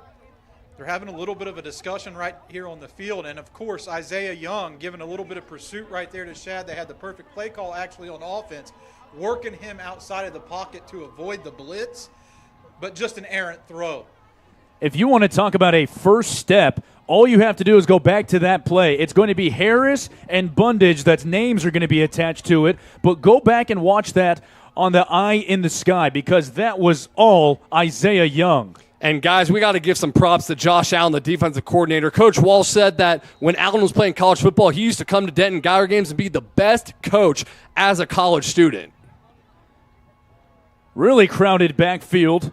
3 that were offset of Stennett, and it's Elliott Gray who makes his way past the 25 to the 29, a gain of 5, 2nd and 5 for the Rattlers coming up. Now Coach Walsh really seems to be going deep into his bag, trying to create a spark and get this offense moving. But do you remember in that first half when the first down and second down runs went for maybe 1 or 2 or 3 yards? That one was ripped off for 5. If San Marcos can keep doing this in the second half, you could see the tides of this game start turning. Again, Weiss without their senior defensive lineman Tyler Hall, who had a big ball game last week, including a fumble recovery for the Wolves.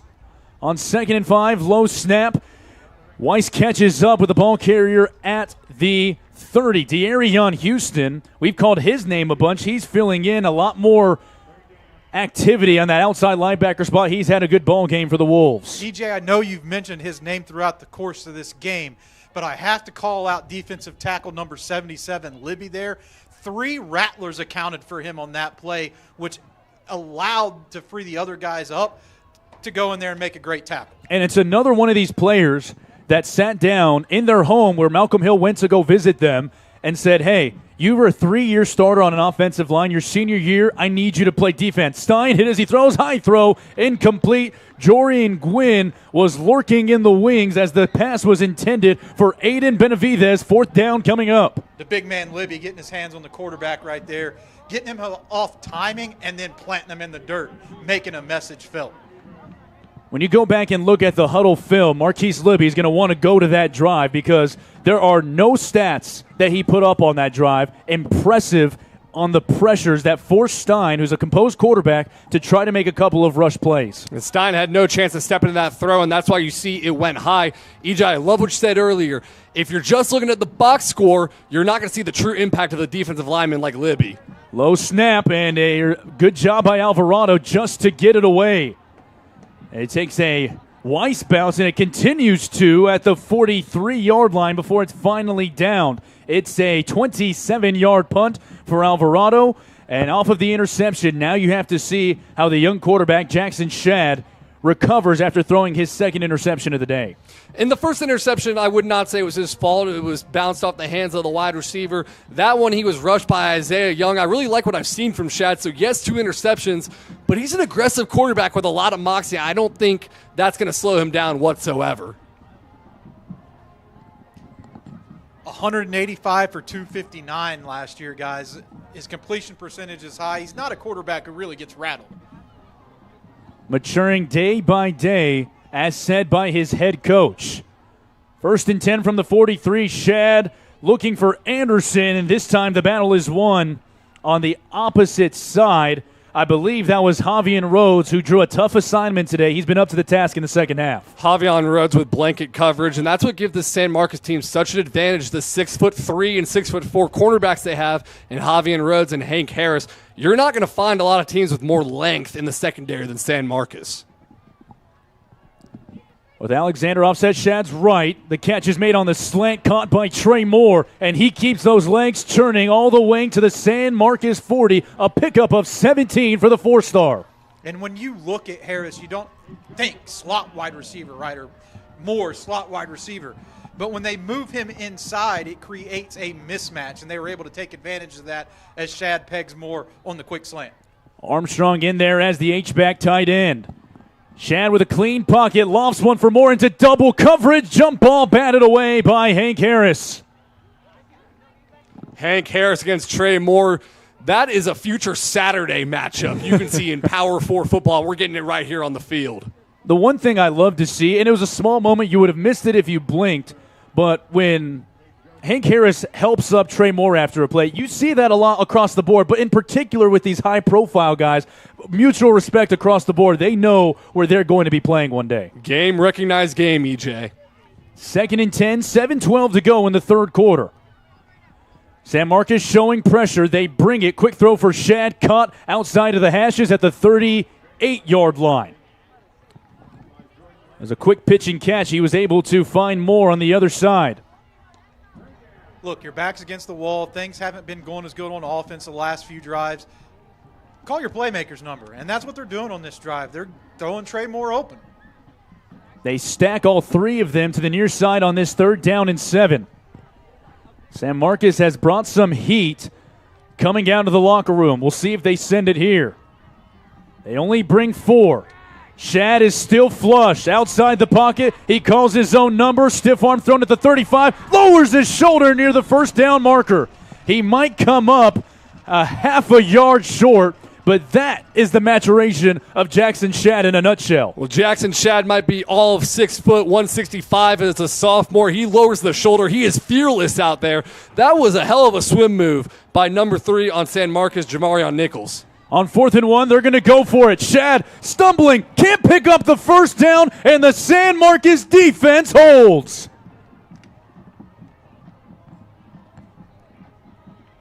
Shad has lost his footing on a couple of occasions tonight. It was the perfect read he made. He just could not hold his feet. And you know what, EJ? Since he slipped on the drive previous, it looks like he's got a little bit of a limp. So that's something to monitor going forward. I didn't see it, Carter, on the run where he lowered his shoulder to almost pick up the 1st down, but he got out of the gates a little bit slow right there. So it's at least something for us to monitor moving forward. 2 big stumps by this San Marcos defense. For how quickly Weiss came out of the gates, we have turned this into a full-fledged grudge match halfway through the 3rd quarter. The motion man is Benavidez. And it's Garcia who opens up this drive on the ground and picks up 2. I've been so impressed with Tylen Henderson tonight, the sophomore. He was offered by Joey McGuire and the Texas Tech staff before he even played a varsity snap at wide receiver. Not often do you see a wide receiver to linebacker move, especially so early in high school. He's been playing like he's been a linebacker his entire life. His instincts are what Coach Malcolm Hill said separates him, and that's why he felt comfortable making the move. Another crowded backfield look. Stein back. Lots of pressure coming from Smith towards the boundary. Bobbled it up, and it's incomplete. In and out of the hands of Hank Harris. And the defensive coverage by Nick Kaufman, who is doing all sorts of things tonight for this Weiss defense. The defense has continuously kept San Marcos playing behind the sticks. And to go back to the play before this, I'm going to counter you, Carter. You said Tylen Henderson, Reagan Smith. I'm equally as excited about. Both of these young guys are going to be absolute stars. 2 sophomores making plays against a 6A offensive line in San Marcos. 3rd and 8 as Weiss looks to rush off Marquise Libby, who will be out of the play. Coming up, Stein throws and sets up the screen. What a tackle coming in and making the stop at the 36. And that was Caden Collins, who was responsible for the earlier penalty. He saved a first down by lowering that shoulder. Caden Collins comes in like a heat-seeking missile, and I'll tell you what, it might have saved a touchdown because Pflugerville Weiss brought a linebacker crossing stunt blitz. It was a perfect screen call by Coach John Walsh. Set up exactly how you want it, but number 23 coming in, taking somebody's head off, forcing a fourth down. And that's the second time tonight that we have called out. That's a perfect play call. And if Coach Walsh knew what that defense was bringing, the punt is blocked. The punt is blocked by Caden Collins. And Weiss recovers inside the 15. Caden Collins is making himself a legend in the Weiss hallways tonight. A ball hawk on defense, and he just flipped the field for Weiss. For all of the star power that this team possesses, Collins may not have the top-end speed. He may not be a thumper in the middle, but he continuously finds plays to make, and he capitalizes when he gets them. That's why you watch Texas high school football. Sure, there's stars on both sidelines, but this is a guy that could be the heartbeat of this team. These are the guys that take you far in the playoffs. Caden Collins, like I said, becoming a legend tonight. And it sets up his offense inside the 20 as they begin at the 15. And I'll tell you why that play was so important, too, because this Weiss offense had an interception and then a turnover on downs. This sets them up in the red zone.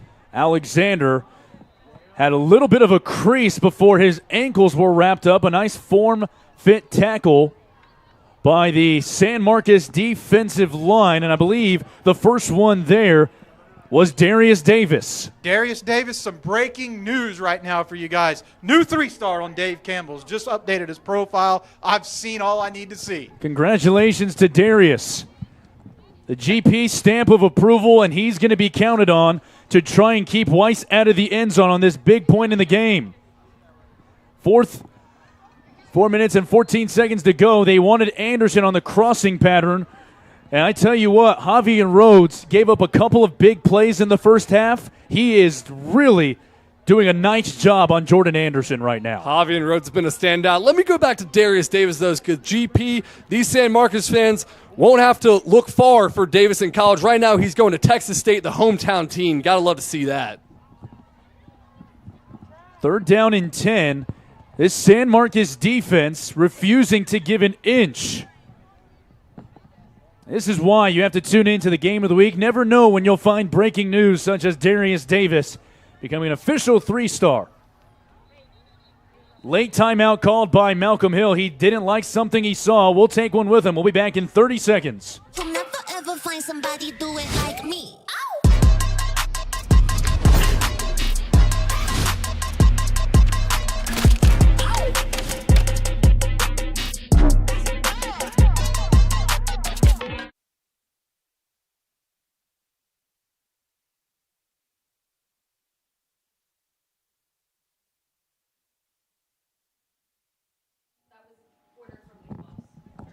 We welcome you back to the field in Pflugerville. Timeout called by Malcolm Hill. While you're here, go ahead and do it on TexanLive.com/subscribe. You can pick up not only a game like this, but all of the games that we have on TexanLive.com throughout the season. Subscribe, and it's not only football. It's volleyball season. When football season ends, it's going to be basketball season. It is your go-to spot to stream all of the very best in Texas high school sports and the best time of the year in Texas high school football. TexanLive.com/subscribe. Coach Hill feels strongly about this point in the game, calling a timeout with 4 minutes to go in the third quarter. Had trips down at the bottom. Now they're moving more in motion, creating a one-on-one situation. And they mistimed the snap. Shot has to fall on it, and the timeout doesn't matter anyways. Now, does he trust Sabian Munoz? This is right on the tip of his range, about a 36-yarder. I love the play call design right there. That was the perfect call. The defense wasn't able to go with Trey Moore. Just a little bit of miscommunication. The snap came early. And it'll end up turning into a 38-yard attempt for Munoz. Remember, a low snap came from Flores early. Dallas Shad on the hold. This to make it a 2-score game. Snap, clean hold, kick on its way. It's low. It has the distance. and it is no good. Miss wide to the left, and the San Marcos defense rises up to the challenge again. I got to tell you guys, I've been so impressed tonight with the San Marcos defense, coached by coordinator Josh Allen. For those of y'all who missed it in the first half, I got to repeat it because it is such a great story.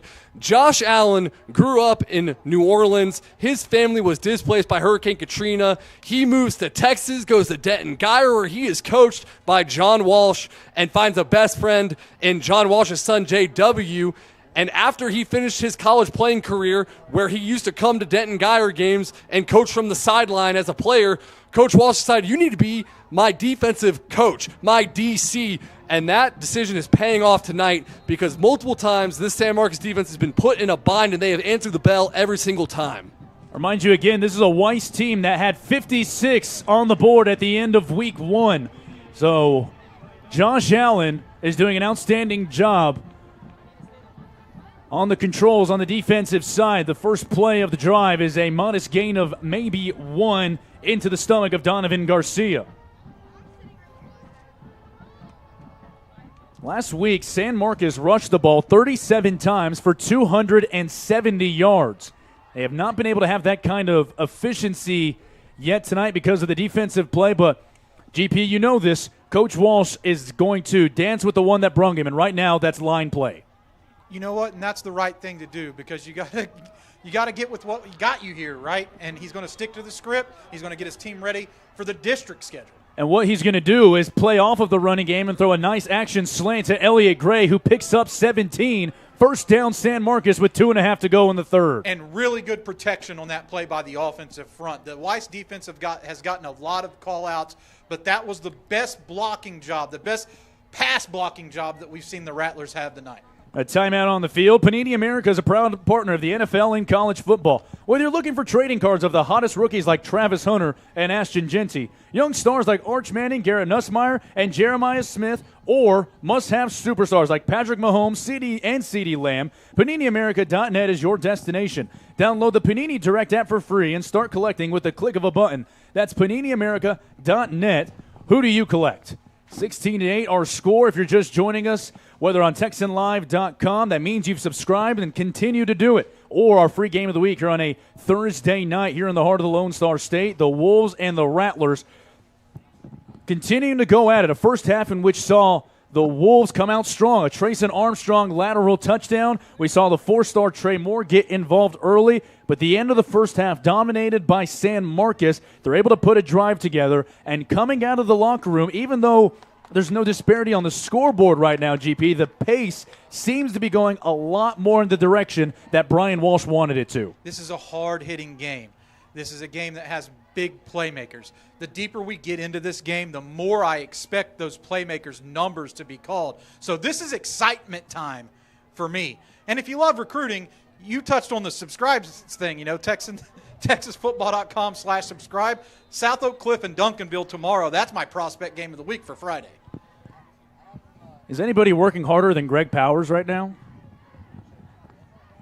And the ball pops up, and I think it's Henry that got his hands on it.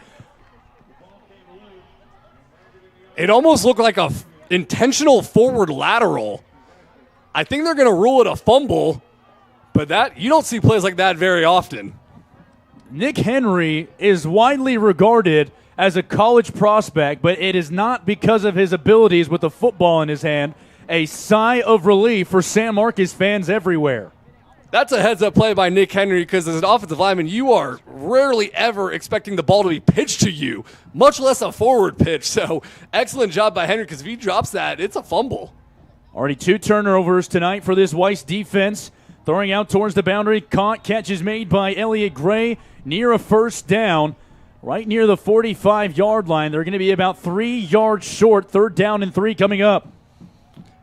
And I got to say, AJ, I think this is 4-down territory right here if you get a good 3rd down play. So I'd like to see San Marcos run the ball, maybe get 4 yards, set up a decision here at least because your defense is playing their hearts out for you. You got to have an extended drive.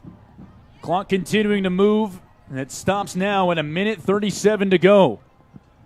San Marcos Now all on the same page, but they got to get a playoff. 4 seconds on the play clock, down to 2. Stein gets it away. 5-man pressure for Weiss. Stein steps in, unloads down the seam, and it's overthrown step for step the entire way.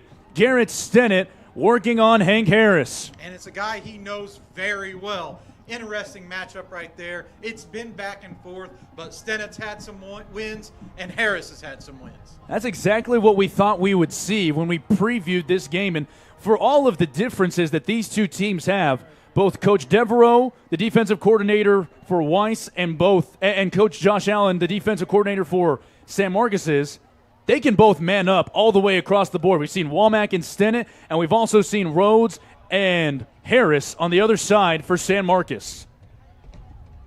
Nice boot here by Alvarado. It sends Washington back, and he fields it at his own 18. And it looked like Washington didn't get his footing. No rain has come through the greater Austin area in the past couple of days. But right now, Weiss has had a couple of plays where they've tried to make a cut in and they've cut out. He had a lot of green grass. I think he got pretty excited. He was a move away from making a really big play, but just went down. He got tackled by the turf monster. Friday night football is here, in this case Thursday night, and Hometown is trusted by thousands of schools across the nation to make game days effortless. Sell tickets online, easily scan them at the gate, track sales in real time, and keep your community connected with a free athletic website. Make every game a Hometown game. Visit hometown.com to learn more. 1:17 to go in the third quarter. EJ Sanchez, Carter Yates, Mallory Hartley, and Greg Powers alongside you. Weiss has not been able to put anything really together on consecutive plays in this half, aside from the running game. Do you go back to Jayan Alexander in this instance, Carter? I think you do, especially to settle down Jackson Shad. Now, we talk about the moxie that Shad has, and he's not going to get rattled, but I'd like to see, he's been taking some pressure, he's taking some hits. I'd like to see him hand it off to his running back and take some pressure off himself. Immediately what he does, and Alexander makes a nice cut, and he's able to pick up 7. He was stopped for maybe 1 and then made a nice cut back to make it second down and short. 144 yards last week. He's getting it going on the run game this week. This is a prospect that people need to start to get on their radar. Big brother Dalen, I'm sure, watching on. Proud of little bro. Dalen, an all-time runner in the rather brief history of Weiss High. A lot more of a physical run. Some pick up half of it, 3rd down and 1. And that looked like the sophomore Caden Joseph for San Marcos. We've heard about a lot of sophomores for Pflugerville Weiss. Not so many sophomores for San Marcos, but a young guy coming through in the big moment. And Joseph already has the interception today for San Marcos. An interception for Joseph and one for Hank Harris that ended up with Cameron Bundage being the one that was tackled. Bundage, another sophomore too. And Coach John Walsh has called him one of the best pound-per-pound football players on his team. 3rd and short, they trust Alexander to pick it up, and he makes good, and he's pushing his way near midfield. 1st down, Weiss to midfield. A gain of 10 on 3rd and 1. I think Alexander's explosion in the first 2 games of the year is a testament to Coach Malcolm Hill and the relationships he has built.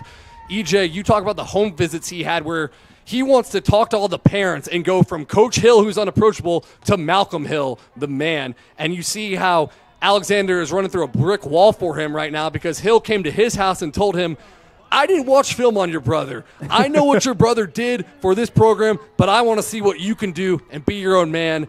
And he's creating a name for himself on this field tonight. This is a brief varsity history, this Pflugerville Weiss squad. Only 8 years. We keep talking about Jayan Alexander's older brother, Dalen, because he kind of set the foundation for this team in the early years and now passing the torch on to his younger brother. That'll bring us to the end of the 3rd quarter, and we're still knotted in a 1-score game. 12 minutes to go to find out who's going to come out on top. Don't go anywhere. We'll be back for 4th quarter action on Dave Campbell's Texan Live on a beautiful Thursday night. Yo, these KDs are fire. Bro, you work here? Whatever, kid. Take notes. Yo, I can go all pro in these. I can guard you and route you up. You sure about that? Not anymore. Fellas looking for a quarterback? The goal! Billy needs cleats. You're right, Billy. These do bring out my house. Every shoe for every athlete, only at Dick's. Dick's is the GOAT. Introducing Elite Source Evaluators, your source for evaluating top athletes. We identify, rank, and project top high school players and provide insight and exposure that helps players stand out in the recruiting process. Get ready for the 2026 ESC Gridiron Showcase. This invite-only event brings together the top high school football talent from across Texas, giving them an opportunity to go head-to-head with the best, showcase their skills, and get recognized by colleges around the country. The road to the next level starts here. Back here for the fourth quarter, 1st and 10 for the Wolves from midfield. Jay and Alexander, the lone back for Jackson Shad. We're still at 16-8, which is where we picked up after halftime. And San Marcos swarming Jay and Alexander. Pavia, first one there. I'll tell you what, Las Pavia has made a couple of big-time plays as we've seen the San Marcos defense come up time and time again, and that starts with the front seven here. This is a Weiss team that outscored Round Rock McNeil 37-7 in the second half a week ago, and San Marcos has been able to play to a draw in the third quarter. Outside from a touchdown on the second and third drives, San Marcos defense has been lights out. Isaiah Young, Darius Davis, and Hank Harris, a big reason for that. Three of the highest regarded prospects in the Central Texas area. Shad taking a shot down the sideline and going up for his Trey Moore. Did he catch it? Yes, he did. My goodness, Trey Moore. What a tremendous catch. And people are going to talk about him high pointing the football there. People are going to talk about his hands, and they should. But what I love to see as a recruiting analyst was his ability to separate. Whenever he kicked it into gear, he pulled away from the defensive back and was able to create the space he needed to make that play happen. Having more than a couple of guys who turn 50-50 balls into 80-20s. We talked about J5 earlier. We just saw Moore. I call him Trey. Give it to him more, baby. He can make plays like that. Carter has been sitting on that, ladies and gentlemen. Perfect time. Pow, pow. So a little bit of a situation as Jackson Shad has come off the field for Weiss. Aaron Reyes had to come in for a drive last week, and they will also use Tylen Henderson as a Wildcat quarterback in this area of the field. We'll have to monitor it, but Malcolm Hill wants to use a timeout. I think he wants to do everything in his power to get his quarterback back on the field in an important red zone trip. No doubt about it, and I also call out that J.J. Mays has kicked out to right tackle now, so he's a very versatile offensive lineman committed to Texas Tech. I think his future is an offensive center. That's the position I like him at best, but he can provide plenty of flexibility for Malcolm Hill in this offense. And I think what that's to do, Powers, and Carter, you can correct me if I'm wrong, they started out with Cade Miller as the right tackle, maybe to not draw as many matchups against Isaiah Young. So what you do with that, you kick out your other Division I offensive lineman, and you put Josh Austin there. Young has come on in this second half in terms of applying pressure, so this might be the final card that Malcolm Hill has to play along his line. And Mays can do this because he's played all 5 positions on the offensive line throughout his career since starting as a freshman. That's why I love the call out by Greg Powers of him being a center at the next level, because your center has to be the captain of your offensive line, has to be the smartest lineman you have, and Mays is certainly that for this Pflugerville Weiss team. I could see him being the same thing down the line for Texas Tech. So the only change that's been the change. So Josh Austin now flips himself and he goes to left tackle. Big red zone trip for Weiss as they lead it by a score with under 11 minutes to go in the game. Shad waits. Here comes some pressure. Hands off to Alexander. Alexander has nowhere to go. Everyone on San Marcos was there to greet him. First one there, Jamarian Nichols. What hasn't he done tonight? Yeah, he's having a breakout game just as much as anybody else on this football field. Tremendous offensive series, and I love these guys playing both ways. You don't see it that often at the 6A level, but these guys are in pretty good shape. They don't look tired in the fourth quarter. Weiss continuing to try and pound the football. This is the point in the field where they might take a shot towards the end zone. Shad's looking that way. He wants J5. Anderson hauls it in. Touchdown, Wolves. When we talk about breakout stars, J5 Jordan Anderson is right up there with the best of them. I've been so impressed with J5 because Everyone talks about Trey Moore, and rightfully so. Moore just had that catch on a streak. He had the touchdown on the top shelf earlier. But Jordan Anderson gives this offense a dual threat at wide receiver and unlocks a new dimension for him. He looks pretty good on the defensive side of the ball, I think, too, Carter. I mean, I think he's a tremendous athlete. He's got 4 or 5 offers. They throw quickly, and the ball is picked up by San Marcos. The second time today that Weiss has gone for a 2-point conversion out of that awkward formation, and they have not been able to come away with the PAT, but they are able to come away with the touchdown. They lead it now by 2 touchdowns. 22-8, Weiss leads it. We step aside with 10 minutes to go in our featured Thursday night game of the week.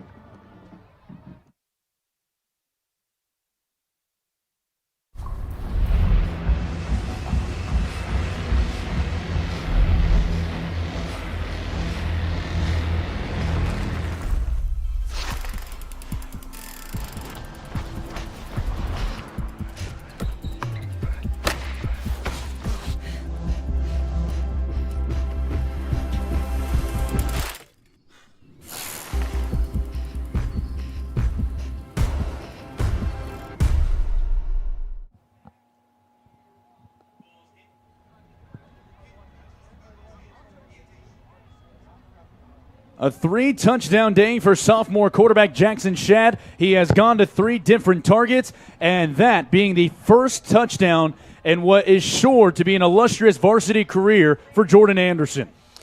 A breakout star, a sophomore, like so many of the guys in the class of 2028 on this Pflugerville Weiss team.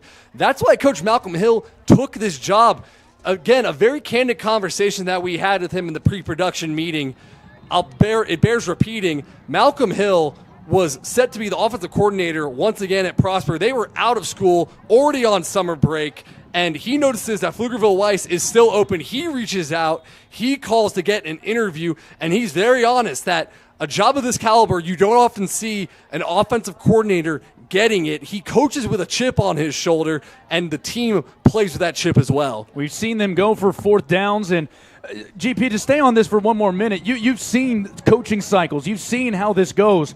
Not only was it unusual for this to be this late, but again, the fact that it's a coordinator. Like, there had to be so many things go right for Malcolm Hill to get this opportunity, and he's doing a heck of a job with it. He's a known name, and one thing that I will point out that I think is very important, does a tremendous job with his players. You've touched on it, but he gets them recruited. He knows what he's doing from that facet, and that's just going to be drawing more eyes to this Weiss program. Tip of my cap to Hill for what he does with those guys and making sure they can get to the next level. Well, developing guys like Tylen Henderson, who made that last tackle for Weiss, seems to become a whole lot easier. And one of the other things we talked to him about is, look, there are different styles of coaching. You have the guys that have been around the game their entire lives and have always been coaches. You have a former player like Malcolm Hill, and what he said is, again, a very candid conversation with his players. If you follow me, I know what it takes. A 4-year player at Rice as a defensive back, he was very honest and said, I have a blueprint, but we're going to work together on this. And Carter, I know that was something that made you raise your eyebrows as a very positive thing in that meeting. EJ, there's different ways to skin a cat, but Malcolm Hill knows one way that works. Reagan Smith, another sophomore, comes in and makes the tackle, a 1-yard gain. And this is a little bit of a danger zone for San Marcos. Now you're down 2 scores. The clock is down to single digits in terms of minutes. You got to start going a little bit outside of your game sooner rather than later. And outside of their game, because they are not an up-tempo team. They are one of the few Texas high school football teams that huddle. They like to hold the ball. And that works when you're up 22-8, but when you're down 22-8 in the 4th quarter, that's where it can get dicey. The good news is they have deep threats in Hank Harris, and they've had another receiver who has balled out too. Let me get his name right. Elliott Gray, who's been all over the field tonight. Stein back, facing pressure, throws towards the sideline, a sliding catch. He holds it in at the 40. Mr. Carter Yates knows what he's talking about. Elliott Gray on the catch. I was getting ready to say, I'm glad that you looked for that name, Carter. It couldn't have been more well-timed. And Coach Walsh on the other sidelines, you guys touched on this, has coached over 90 Division I prospects. He knows what he's doing on developing talent as well. I do not expect this team to give in. Clock inside of 8.5 to go. Late substitution. De'Arion Houston coming out of the ball game for Weiss. 10 on the play clock. Crowded backfield look here for Buck Stein. He hands it immediately off to Donovan Garcia, who tries to push his way forward to the 44. A gain of 4. This will take us inside of 8 minutes to go. Inside of 8 minutes sounds like it's a time crunch, but I really don't think it is. Now, again, San Marcos probably needs to hit a few more big passing plays. They can't just run it down the field and run the play clock down to under 10 seconds. But 22-8 ball game, that 2-point conversion they had on their touchdown was so huge because I believe this is still a 2-score game. Absolutely, and not only that, but Weiss has failed 2 of their 2-point after tries. So that is keeping this at a 14-point game. 2nd down and 6. Stein all alone in the backfield. Weiss only sends 3. Stein steps up, runs right into the tackle of Noah McPeak, who drops the 6'4 Stein for only a 1-yard gain. And they got pressure with a 3-man front right there, and that's what forced Stein up into the pocket so he could clean things up. It's hard to scheme against that. If they can get pressure with only rushing 3, that's hard to combat. That's a lot of confidence from Cam Devereaux, who came from Fort Bend ISD, to dial that one up. He's been sending a lot of pressure, and on 2nd down, we haven't seen that 3-rush look all that often, and it's stymied what is one of the most intelligent quarterbacks in the coaching career of Brian Walsh and Stein. Keandre Darby rushing onto the field, who had a fumble recovery last week, and Coach Walsh, clinging to those timeouts, has to burn one here with 6:47 on the clock. Once again, the late substitution. It's a cat and mouse game between Malcolm Hill and Coach John Walsh. 6:47 left in this ball game. San Marcos is not at midfield yet.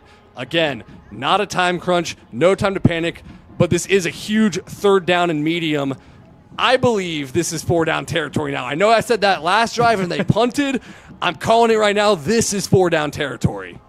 This game is sponsored by Body Armor. Body Armor, more than a sports drink.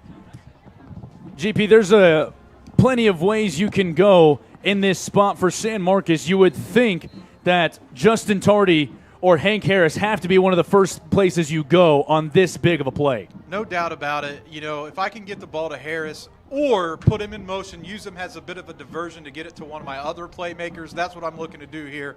It's kind of like an air raid now to me. You got to put the ball in the air. You got to make some things happen. 6:47 left. You need a quick touchdown, and you need a defensive stop. We've seen the lateral play be used after a timeout. Let's see if Coach Walsh has something up his sleeve on maybe the most important 3rd down of the game. Stein is back, facing pressure, throws, sideline, going up and making the catch is Jordan Lampkin. 1st down, San Marcos.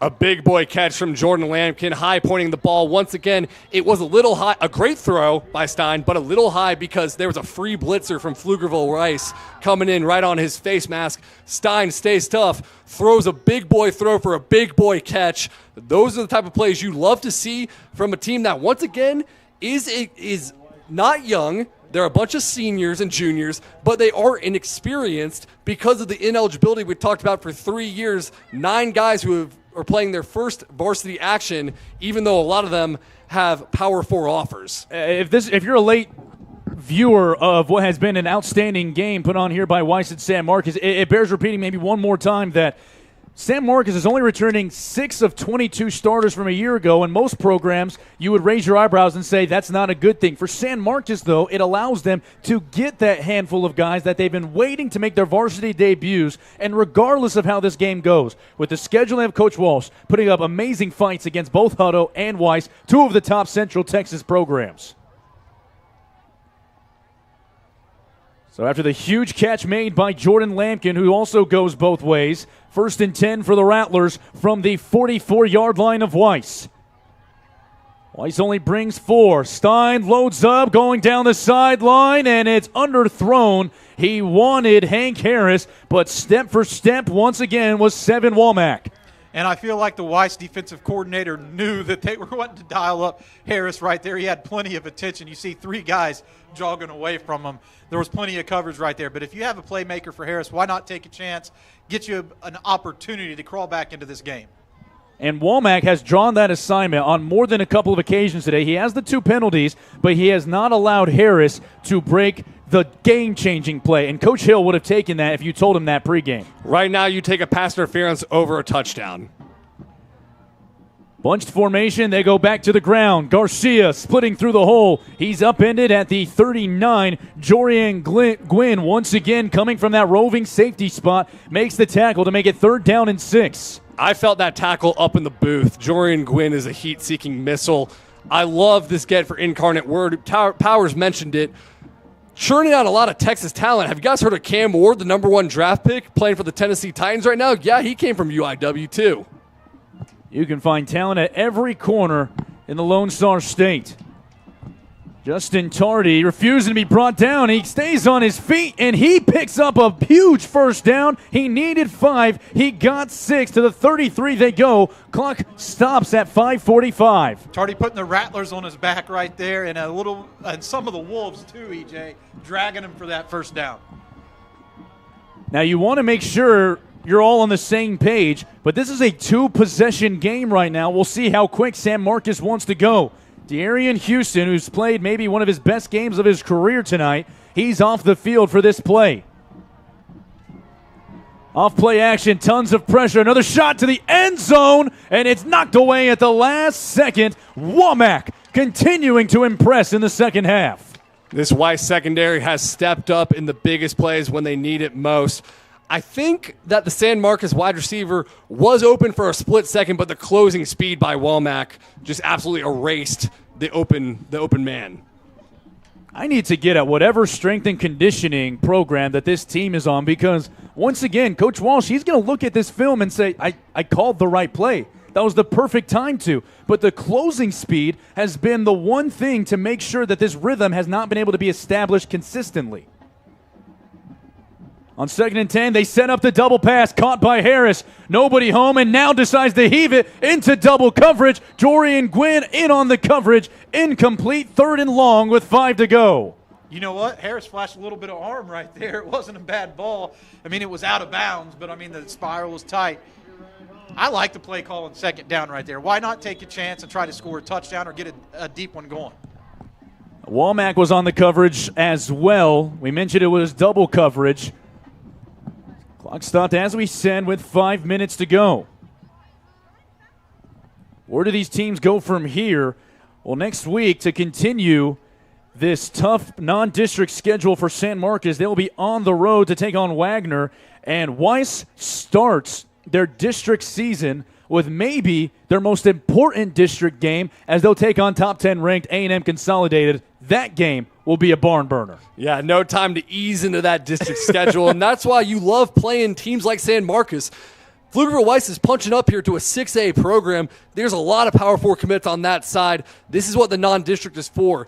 Yes, the wins don't count necessarily for playoff standing, but you got to believe that Pflugerville Weiss will be a much better team against A&M Consolidated for having played San Marcos tonight. And that is a gauntlet of a schedule, talking about the one that the Wolves come from, 12-5A Division I. 3 teams open up in the top 12 in 5A Division I. That is College Station, A&M Consolidated, and Weiss. The second to final game of the year will be when Weiss has to go to College Station to take on the Cougars, who had a very entertaining game on TexanLive.com last week against Klein Collins. One of the toughest districts in the state of Texas, and definitely the toughest district in 5A in Central Texas. Huge 3rd down. They need 10. Stein, clean pocket to throw from across the middle. Caught by Hank Harris. Hank Harris is inside the 5. Big Hank. Touchdown, Rattlers. 1-score game. If you're looking for a top player to join your college program, I'm telling you guys right now, Hank Harris is that dude. Could play offense, could play defense. You're going to have to make that tough decision, but what a touchdown run there by Harris after the catch. It bears to note that 7 Womack was out of the game for that play, who's drawn the assignment of Harris in the second half. And what does Coach Walsh do immediately? He goes right after it. And I love the dig route from Harris, too, because a lot of the pass plays we've seen to him have been straight go routes. I liked seeing him in open space, making two guys miss. We have a one-score game, and we can thank Hank for that. A flag was thrown. It looks like the PAT will remain good. Exactly where we thought we'd be. A one-score game with 5 minutes to go. And our feature matchup on a beautiful Thursday night will step aside here on YouTube or TexanLive.com for the conclusion of a beauty here in Pflugerville.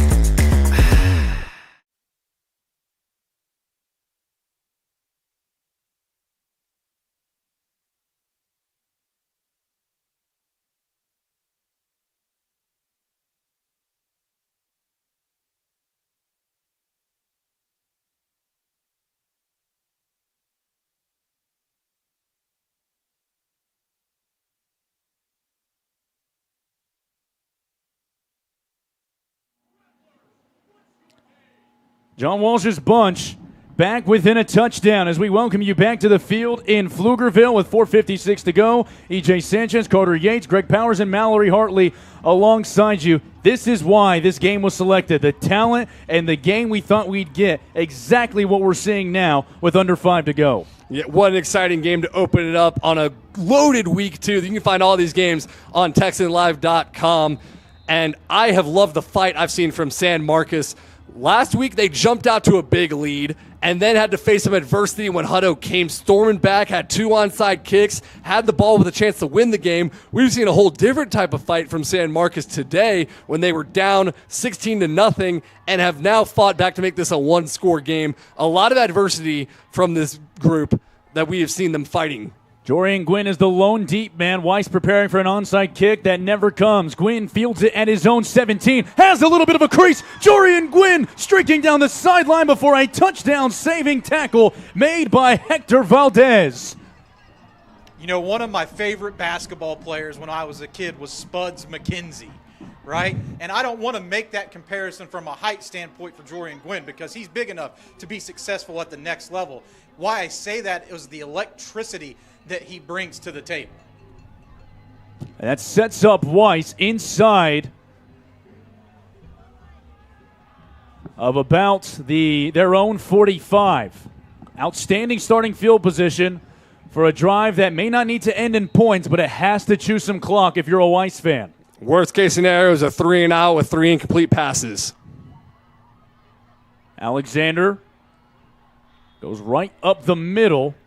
And the tackle made by Darius Davis, the newest 3-star prospect over there on Dave Campbell, Texas football. Also, EJ, let me correct myself. The worst case scenario is a pick 6, but notwithstanding, the worst case scenario that's not a turnover is a quick 3-and-out. You know, in this business, you're taught to, hey, just let it go. I was going to let it go if you were. You're a good teammate, EJ, but I got to call my own foul. On 2nd and 9, another stoppage on the field. EJ, I got to correct myself. I meant Vinny Johnson, right? I meant Vinny Johnson. Once again, was completely okay with letting us roll into the night with Spuds McKenzie getting a call out. There's too much integrity in this booth, EJ. I'm the lone man out with a couple of the mistakes I've made throughout the night, but it has been such a good time that we've had. This is all the coverage you can get if you go to TexanLive.com/subscribe to find this all throughout the season. Games all across the Lone Star State. And now the stoppage on the field. This will take Jordan Anderson down to the near side. It'll have Shad and Moore lined up in the slot. Clock back to moving on 2nd and 9.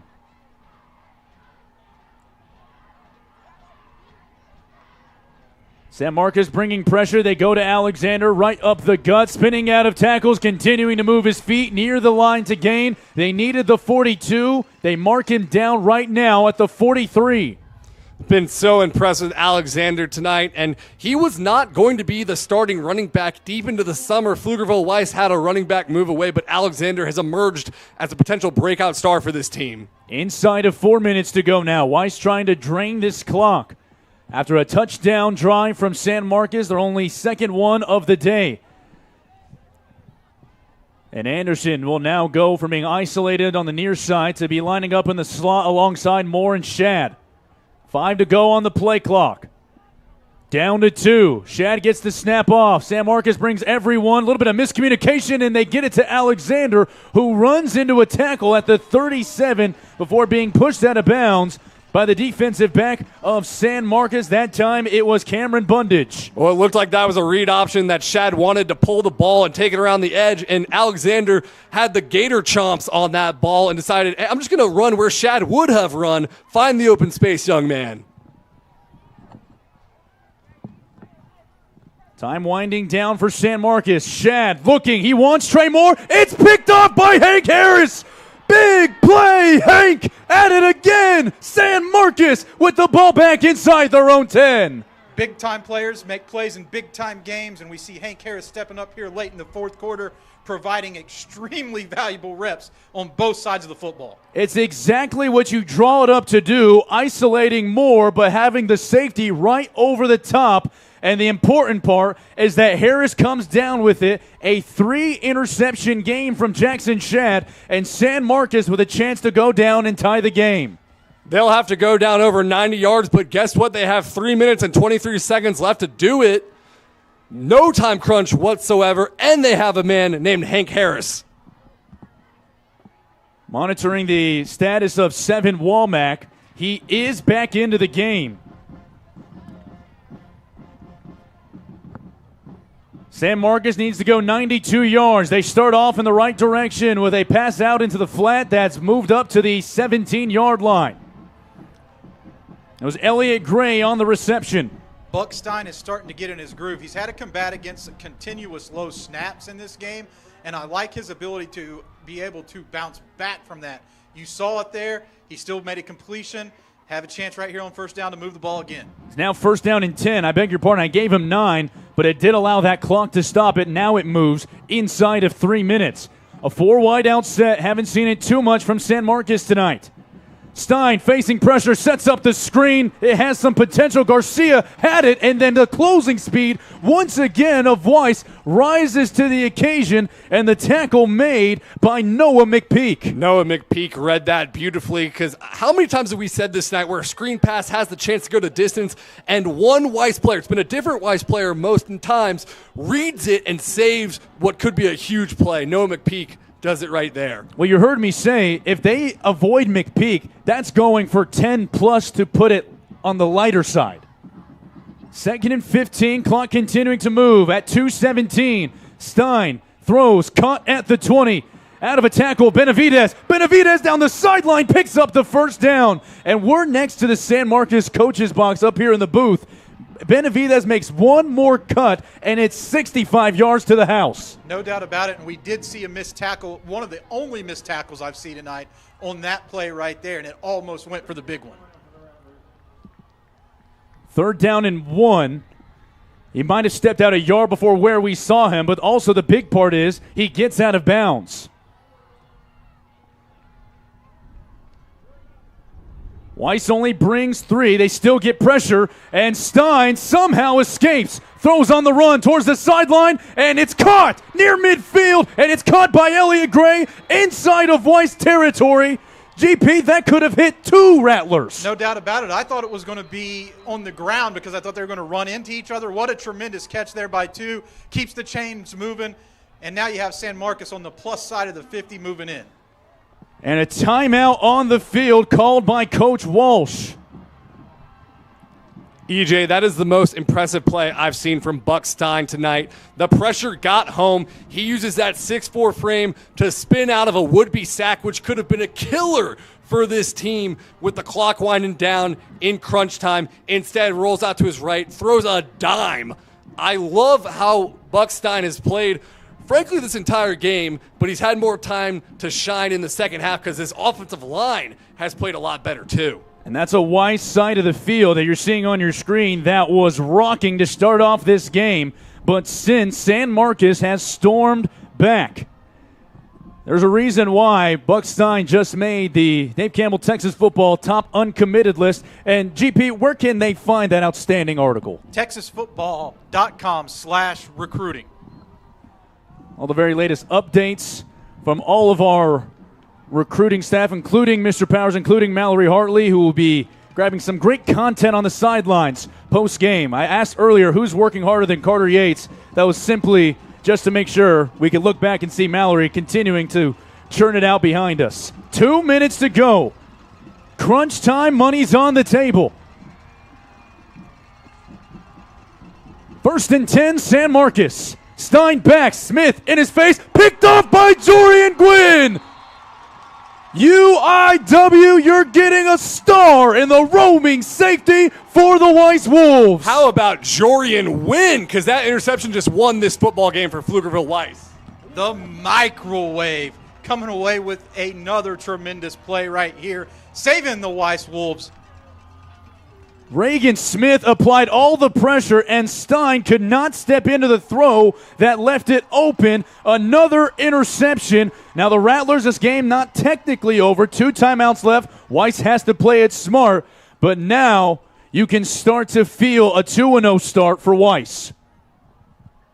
No doubt about it, and you still continue to see the versatility of J.J. Mays. He was playing center on the last drive, kicking over to right tackle on this drive. That's a hard thing to do for an offensive lineman to be able to know the assignments of 2 positions in one game.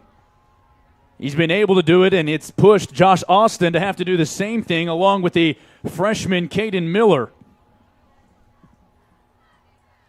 Play clock down to 3 with 1:54 to go in the game. It's Alexander. Alexander with tons of green grass, streaking inside the 35, chased down at the 32, a gain of 37, and Weiss smelling that 2-0 start. Not to be missed, though, Hank Harris saved a touchdown right there by running down Alexander. Great play by the defensive back, but that was a wide open lane for Alexander. 137-136. Weiss in no rush to get a playoff. They lead it by 7. Jorian Gwynn with what could be the game-clinching interception.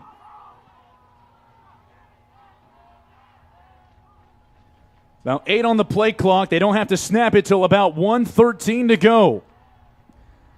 A quick throw for Trey Moore. Trey Moore stepping out of tackles. Makes a cut inside. Trey Moore inside the 10, and he's tackled out of bounds near the 3-yard line. A touchdown away, Weiss is, from putting this one on ice.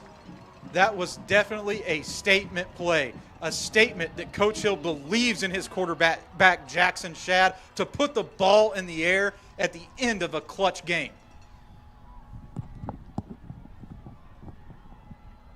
That did stop the clock. Shad looking behind to get the play. Jayon Alexander is the lone back. Trayson Armstrong, who has played tight end and hauled in his first ever touchdown in the first half. He moves to the strong side of the formation. Play clock down to 1. And Coach Hill has to use a timeout. He has 1 left. San Marcos still with 2. I got to reiterate what GP just said, because Shad, we've talked about the moxie he has, the belief in himself. You know how you believe in yourself as a quarterback? When your coach believes in you. And even after you've had a game where you have thrown some highlight reel throws, you've also had a couple interceptions. There's 1 minute and 9 seconds left. Malcolm Hill could just choose to run the ball, shoot clock. Instead, he knows, I can trust my quarterback to make a throw in this moment, get us down towards a touchdown, and put this game on ice potentially. Malcolm Hill compared Jackson Shad, and you asked him this question, Carter, to a very good quarterback at Prosper as well over the last couple of years. And when you were able to draw some praise the way Hill has, I mean, it really goes to show how much trust and confidence he has in a kid that had to start a varsity game at the age of 14 a year ago. Mm-hmm. Hill comes from Prosper High, where he was offensive coordinator of a unit that put up 41 points per game with a quarterback, Braden Imhoff, that won district MVP as a junior. I see a lot of similarities between Shad's style of play and Imhoff's style of play, but Shad is a younger prospect which you pointed out, EJ, and he's not looking like a young prospect right now on this final drive in a big-time throw. With 1:09 to go, they hand it off. Alexander turns his feet, and he can't get in here, and Coach Walsh is going to use a timeout. With 1:03, he has one left. Something that I think is really cool about Coach Hill on the Weiss sideline is you called out that he was a defensive back at Rice, offensive coordinator at Prosper, bringing kind of two worlds together underneath the head coaching umbrella, right, EJ? I think that sets the table. I've already seen what he can do to help the recruits in the recruiting game in the DFW when he was at Prosper. So I really think that he brings a mixed bag to the head coaching position here, and very energetic. His energy permeates not only to his team, to the media as well when he gives us the time that he did, as did Coach Walsh. But it goes back to one more. We'll touch on the story one more time while we have a second here, one timeout remaining for San Marcos with 1:03 to go. It's that he understands that it took a lot of things going right for him to be in this spot, so he's not going to spend it being ungrateful. He's going to spend it having that chip on his shoulder and showing the energy because, in his words, the best thing he can be for this team is himself and his kids, obviously taking after that. He's a huge wrestling fan, used to love the NWO wrestling organization. He's establishing the NWO, the new Weiss order at Pflugerville Weiss. Interesting right here, they can just run the ball because a field goal would end this game effectively. They hand it off. Alexander looking for the corner, and he cannot get there. Another timeout will be called here for San Marcos. The Rattlers refusing to go quietly into the night. Jamarian Nichols with the tackle. And on that other sideline, you have Coach John Walsh, who's one of the all-time greats in Texas high school football. Proven state championship winner at Denton Geyer. I'm excited to see what this San Marcos squad has in front of them for the 2026 season. This is a team that showed a resiliency tonight. They've showed a lot of fight. They played behind the chains, but this squad didn't give up. And when their backs were against the wall last week against Hutto, when that game got tight, they rose up there as well. Let's look at their district schedule. And again, there's no easy games in 6A. That's understood. But you have Buda Johnson, Schertz Clemens, San Antonio East Central, Converse Judson, and Cibolo Steele. Cibolo Steele maybe not where they have been in previous years from a talent perspective, but you know that Coach Sines is going to have his guys ready to go. But the reason I bring up this district is that with the talent we've seen on the field tonight, thinking that San Marcos can compete for a district championship a year ago would have been out of the ordinary. It's almost an expectation on that purple sideline right now. I'll tell you what, EJ, there were times where it was sloppy, but the response I've seen from San Marcos has me feeling great about the Rattlers in 2025. Tylen Henderson in the game for Weiss at the fullback spot. The deep man is Alexander with 57 seconds to go. No timeouts left for the Rattlers. Shad hands off to Alexander. Alexander with nowhere to go. He's tackled at the 10. There's about 11 seconds.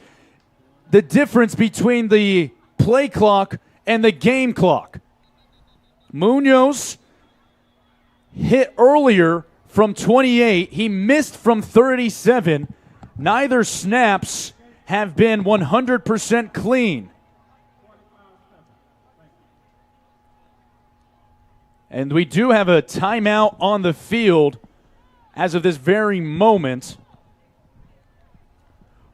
And they reset that clock to 45 seconds, it looks like now, too, EJ. So this is a very important stoppager here for the Rattlers. Your Coach Hill, you trying to put it between the uprights here? I think that you would have to, because it's the math game. We talked about it earlier. There's times to be aggressive and there's times to go ahead by 2 scores. And with only 45 seconds left, you would think that would be the train of thing. We'll have to see in a second after the timeout. But after all of the games you can find on TexanLive.com/subscribe starting tomorrow, join the after party with Ashley Pickle and Greg Tepper on Dave Campbell's Texas Football Tonight. Live every Friday, the final word in Texas high school football. You can stream that for free on all of the Dave Campbell Texas Football social channels that begin at 10:30 every single Friday night. There's no one I love to hear talk ball more than Greg Tepper and Ashley Pickle. You got to tune in, guys. It is appointment viewing. It's the debut of the new show that has changed formats a little bit. It used to be the live show, Red Zone style, and now it's the final post-game show. I tuned in at the end of my game a week ago, and it really is. I say final word, and that's just from a time slot standpoint, but it really is the best way to sum up all of the best Thursday and Friday night games. The action under the Friday night lights is the party, but that's the after party. So the timeout on the field is adjourned. Sabian Munoz, from the same hash he was able to connect on from in the first half, will try to put this one on ice with a 27-yard field goal. Flores the snap, Shad to hold. Snap placement, Munoz gets it away. It's a low kick. Is it good? He got it. Munoz, with his second of the game, makes it a 2-score game with 40 seconds to go. There's no such thing as icing the kicker when the kicker's got ice in his veins, EJ. That's why Coach John Walsh didn't even try there. Also because he has no timeouts. Once again, was going to let it ride out. You sound so cool when you say it. But with 40 seconds to go, it looks like San Marcos is going to walk out of here 1-1. GP, when you take a look, we looked at their non-district slate. Hutto, Weiss, Wagner, and Lake Travis. Obviously, with as competitive a guy as Coach Walsh is, as you said, state champion, he would have loved to come out of this 2-0. But there are tons of things in this game that I think he's going to like when he turns on the film on Sunday morning. And there are going to be some things he doesn't like. Let's just be honest about that, right? Coach Walsh is a guy who demands perfection out of his team. We've seen it time and time again. As this season unwinds itself, this team's going to continue to make strides and get better. And I look as the non-district as kind of like a preseason. You're not going to show Coach Signs and Cibolo Steel all your cards in the non-district schedule. You got to save some stuff in your bag.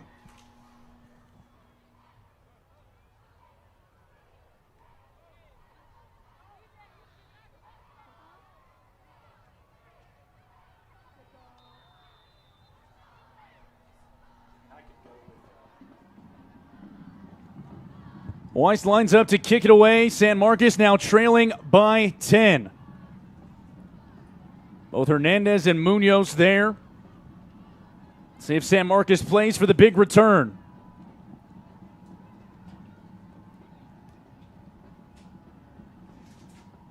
It's Munoz that takes the kick, and he's just going to cut his losses and kick it out of bounds, with San Marcos needing to find 2 scores. So the flag is thrown.